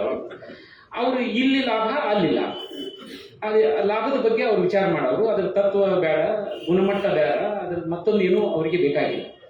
ಈ ಕಾರಣದ ಸಲುವಾಗಿ ಖಾದಿ ಕೇಂದ್ರದವರ ಈ ಗುಣಮಟ್ಟದ ಕುರಿತಾಗಿ ತಕರಾರುಗಳು ಬಂದವು. ಇನ್ನೂ ಒಂದು ಬಹಳ ಪ್ರಮುಖ ವಿಷಯ ಏನಂದ್ರೆ, ಇವತ್ತು ಖಾದಿ ಮಾರಾಟ ಕೇಂದ್ರಗಳೇನದಾವಲ್ಲ, ಈ ಮಾರಾಟ ಕೇಂದ್ರಗಳು ಬಹುತೇಕ ಖಾದಿ ಅನ್ನುವಂಥ ವಸ್ತು ಏನು ಸಿಗ್ತತಿ ಅದು ಖಾದಿ ಅಲ್ಲ. ಈ ಗಾಂಧಿ ಫೋಟೋ ಬಳಸಿ ಅಥವಾ ಖಾದಿ ಅನ್ನುವಂಥ ಹೆಸರು ಬಳಸಿ ಭಂಡಾರ, ಎಂಪೋರಿಯಂ, ಮತ್ತೊಂದು ಏನೇನೋ ಔಟ್ಲೆಟ್ ಏನೇನೋ ಹೆಸರು ಬಳಸಿ ಮಾರುವಂಥ ಖಾದಿಗಳು ವಿಶೇಷವಾಗಿ ಬೆಂಗಳೂರಿನೊಳಗೆ ಒಂದು 3-4 ನಮ್ಮ ಖಾದಿ ಕೇಂದ್ರಗಳಿರ್ಬೋದು. ಅಂದ್ರೆ KVIC approved khadi and village industries commission approved khadi ಕೇಂದ್ರಗಳು 3-4 ಬೆಂಗಳೂರಿನಾಗ ಇರ್ಬೋದು. ಇತರ 100 ಏನದಾವಲ್ಲ, ವಿಶೇಷವಾಗಿ ಅವೆನ್ಯೂ ರೋಡ್ನೊಳಗಿರ್ಬೋದು, ಗಾಂಧಿ ಬಜಾರ್ನಾಗಿರುವಂಥವು ಯಾವ ಖಾದಿ ಅಲ್ಲ, ಹೆಸರಷ್ಟೇ ಖಾದಿ. ಅವು ಮಷೀನ್ ಒಳಗೆ ತಯಾರಾದದ್ದು, ಪೂರ ಮಷೀನ್ ಒಳಗೆ ತಯಾರಾದದ್ದು. ಖಾದಿ ಗತೆ, ಖಾದಿ ಲೈಕ್ ಇವರು ಏನು ರಿಮಾನ್ಸ್ನವ್ರು ಮಾಡ್ತಾರಲ್ಲ ಅಂಥ ಬಟ್ಟೆ ಖಾದಿ ಅಂತ ಮಾರ್ತಾರೆ. ನಾವು ಖಾದಿ ಅಂತ ನಾವು ಅದನ್ನು ಕೊಂಡ್ಕೊಂಡು ಬರ್ತೇವೆ. ಇದರಿಂದ ಯಾರಿಗೂ ಏನೂ ಪ್ರಯೋಜನ ಇಲ್ಲ, ಹೆಸರಷ್ಟೇ ಖಾದಿ. ಒಂದು ಸಣ್ಣ ಸಮಾಧಾನ ಅಷ್ಟನ್ನು ಖಾದಿ ತೊಗೊಂಡಿನ ಸಮಾಧಾನ, ಅದು ಯಾರಿಗೂ ಪ್ರಯೋಜನ ಇಲ್ಲ. ಈ ಎಲ್ಲ ವಿಷಯಗಳನ್ನು ದಿಲೀಪ್ ದೇಶಪಾಂಡೆ ಸರ್ ಹೇಳಿದ್ದಾರೆ. ಗಂಗಾಧರ ದೇಶಪಾಂಡೆ ಅವರ ಮರಿ ಮೊಮ್ಮಗ ಅವರಿಗೆ ಹಗಲೆಲ್ಲ ಈ ಖಾದಿ ಆರ್ಥಿಕತೆ ಬಗ್ಗೆ ಅಲ್ಲೇ ಇಲ್ಲೇ ಮಾತಾಡಿದಾಗ ಇದು ಮಸ್ಕೇರಿ ಒಂದು ಕಡೆ ಬರೆದು ಹಾಕಪ್ಪ, ಖಾದಿ ಕೇಂದ್ರದೊಳಗೆ ಕೊಳ್ಳುವಂಥ ಮನುಷ್ಯ ಕಡೆಗೆ ಇದನ್ನಟ್ಟು ಓದಿ ₹1 ಖಾದಿ ಹೆಚ್ಚಿಕೊಂಡನು ಅನ್ನುವಂಥ ಅಪೇಕ್ಷೆ ಅವ್ರದ್ದು. ಹೀಗೆ ನಾವು ಖಾದಿ ತಯಾರು ಮಾಡುವಂಥವರು, ಖಾದಿ ಮಾರಾಟ ಮಾಡುವಂಥವರು, ಖಾದಿ ಬಗ್ಗೆ ವಿಶೇಷ ಆಸಕ್ತಿ ಉಳ್ಳವರು ಏನಿದ್ದೀವಲ್ಲ, ನಮ್ಮ ಕಾರಣಕ್ಕಾಗಿಯೂ ಕೂಡ ಖಾದಿ ಜನಪ್ರಿಯ ಆಗಿಲ್ಲ. ನಮ್ಮ ತಕರಾರಿನ ಸಲುವಾಗಿಯೂ ಖಾದಿ ಜನಪ್ರಿಯ ಆಗಿಲ್ಲ. ಇದು ಜನಪ್ರಿಯ ಆಗೋದ್ರಿಂದ ಇದು ಭಾರತ ಮಾತಾ ಕಿ ಜೈ ಅಂತ ಏನಂತೀವಿ, ಸಾಂಕೇತಿಕವಾಗಿ ಸರಿ, ಏನೂ ತಪ್ಪಿಲ್ಲ ಅದರೊಳಗೆ. ಆದರೆ ಭಾರತ ಮಾತೆಗೆ ನಿಜವಾಗಿಯೂ ಜೈಕಾರ ಆಗಬೇಕಾಗಿತ್ತು ಅಂದ್ರೆ ಖಾದಿ ಒಂದೇ ಇಲ್ಲ, ಖಾದಿ ಒಂದು ಬಟ್ಟೆ, ಒಂದು ವಸ್ತು ಅಷ್ಟೇ. ಇಂಥದ್ದು ನಮ್ಮ ಗ್ರಾಮದೊಳಗೆ ತಯಾರಾಗುವಂಥ ಎಲ್ಲ ಗ್ರಾಮೋದ್ಯೋಗದ ವಸ್ತುಗಳು, ಎಲ್ಲ ಕರಕುಶಲ ವಸ್ತುಗಳು, ಇಂಥವೆಲ್ಲವೂ ನಾವು ಬಳಸಿದ್ದು ಮನುಷ್ಯ ನಿರ್ಮಿತ, ಅದೇ ಶ್ರೇಷ್ಠ, ಅದಕ್ಕಿಂತ ಶ್ರೇಷ್ಠ ಇರ್ಲಿಕ್ಕೆ ಸಾಧ್ಯ ಇಲ್ಲ ಅನ್ನುವಂಥದ್ದು ಎಲ್ಲಿ ತನಕ ನಮಗೆ ಮನಸ್ಸಿಗೆ ತಿಳಿಯುವುದಿಲ್ಲ. ನನ್ನ ನೆರೆಯವನ ಜೀವನಕ್ಕೂ ಕೂಡ ನಾನು ಬಳಸುವಂಥ ವಸ್ತುಗಳಿಂದ, ಅದು ಆಹಾರದ ವಸ್ತು ಆಗಿರ್ಬೋದು ಅಥವಾ ಬಟ್ಟೆ ಆಗಿರ್ಬೋದು, ಇತರ ಯಾವುದೇ ವಸ್ತು ಆಗಿರ್ಬೋದು, ನಾನು ಬಳಸುವ ವಸ್ತುವಿಂದ ಅವನು ಕೂಡ ಅವನ ಜೀವನ ನಿರ್ವಹಣೆಯನ್ನು ಮಾಡಬಹುದು ನಾನು ಒಬ್ಬನೇ ಇರೋದಲ್ಲ ಈ ಜಗತ್ತೊಳಗೆ, ಇತರರು ನನ್ನೊಟ್ಟಿಗೆ ಇದ್ದಾರೆ ಅನ್ನುವಂಥ ಭಾವನೆಯಿಂದ ನಾನು ನನ್ನ ಮಾರುಕಟ್ಟೆಯನ್ನು ಏನು ನಿರ್ವಹಣೆ ಮಾಡುವಂಥ ಪರಿಸ್ಥಿತಿ ಬಂತು. ಈ ತಿಳುವಳಿಕೆ ನಮ್ಮಲ್ಲಿ ಬಂತು ಅಂತಂದ್ರೆ ಇಂಥ ಒಂದು ಕಾರ್ಯಕ್ರಮವನ್ನು ಪ್ರೊಫೆಸರ್ ದೇಶಪಾಂಡೆ ಅವರ ನೆನಪಿನೊಳಗೆ ನಾವು ಆಯೋಜನೆ ಮಾಡಿದ್ದು ಸಾರ್ಥಕ ಆಕತಿ ಅಂತ ನಾನು ಅನ್ಕೊಂಡೇನಿ. ಜೀವನದುದ್ದಕ್ಕೂ ಅವರು ರಾಷ್ಟ್ರಮಟ್ಟದ ಶ್ರೇಷ್ಠ ಗ್ರಂಥಾಲಯ ವಿಜ್ಞಾನಿಯಾಗಿದ್ದರು. ಅಂಥವರು ಖಾದಿಯನ್ನೇ ಹಾಕಬೇಕು ಅನ್ನುವಂಥದ್ದು ಏನೂ ಇರಲಿಲ್ಲ. ಅವರು 10 ಲಕ್ಷ ರೂಪಾಯಿದ ಸೂಟ ಹಾಕ್ಬೋದಾಗಿತ್ತು. ಆದರೆ ಅಂಥವರು ಒಂದು ತಾತ್ವಿಕತೆಯಿಂದ ಒಂದು ಸಮಾಜಕ್ಕೆ ದಾರಿದೀಪವಾಗಿ ನಮ್ಮ ಎದುರಿಗಿದ್ದಾರೆ. ಅಂಥವ್ರ ಸಂಸ್ಮರಣೆ ಸಾರ್ಥಕ ಆಗಬೇಕಾಗಿತ್ತು ಅಂತಂದ್ರೆ ನನಗೊಂದು ವಿನಂತಿ ಏನಂದ್ರೆ, ನಿಮ್ಮ ಹಲವಾರು ಬಟ್ಟೆ ಅವಶ್ಯಕತೆಯೊಳಗೆ ಒಂದು ಸಣ್ಣ ಟಾವೆಲ್, ಒಂದು ಖರ್ಚಿ ಅಂಥದನ್ನಾದರೂ ಒಂದು ಖಾದಿಯನ್ನು ಇಟ್ಕೊಳ್ಳೋದು ನಮ್ಮ ಕಡೆಯಿಂದ ಸಾಧ್ಯ ಆಗೋದಾಗಿತ್ತು ಅಂತಂದ್ರೆ ಖಾದಿ ಸರಿಯಾಗಿತ್ತು. ನಮಸ್ಕಾರ.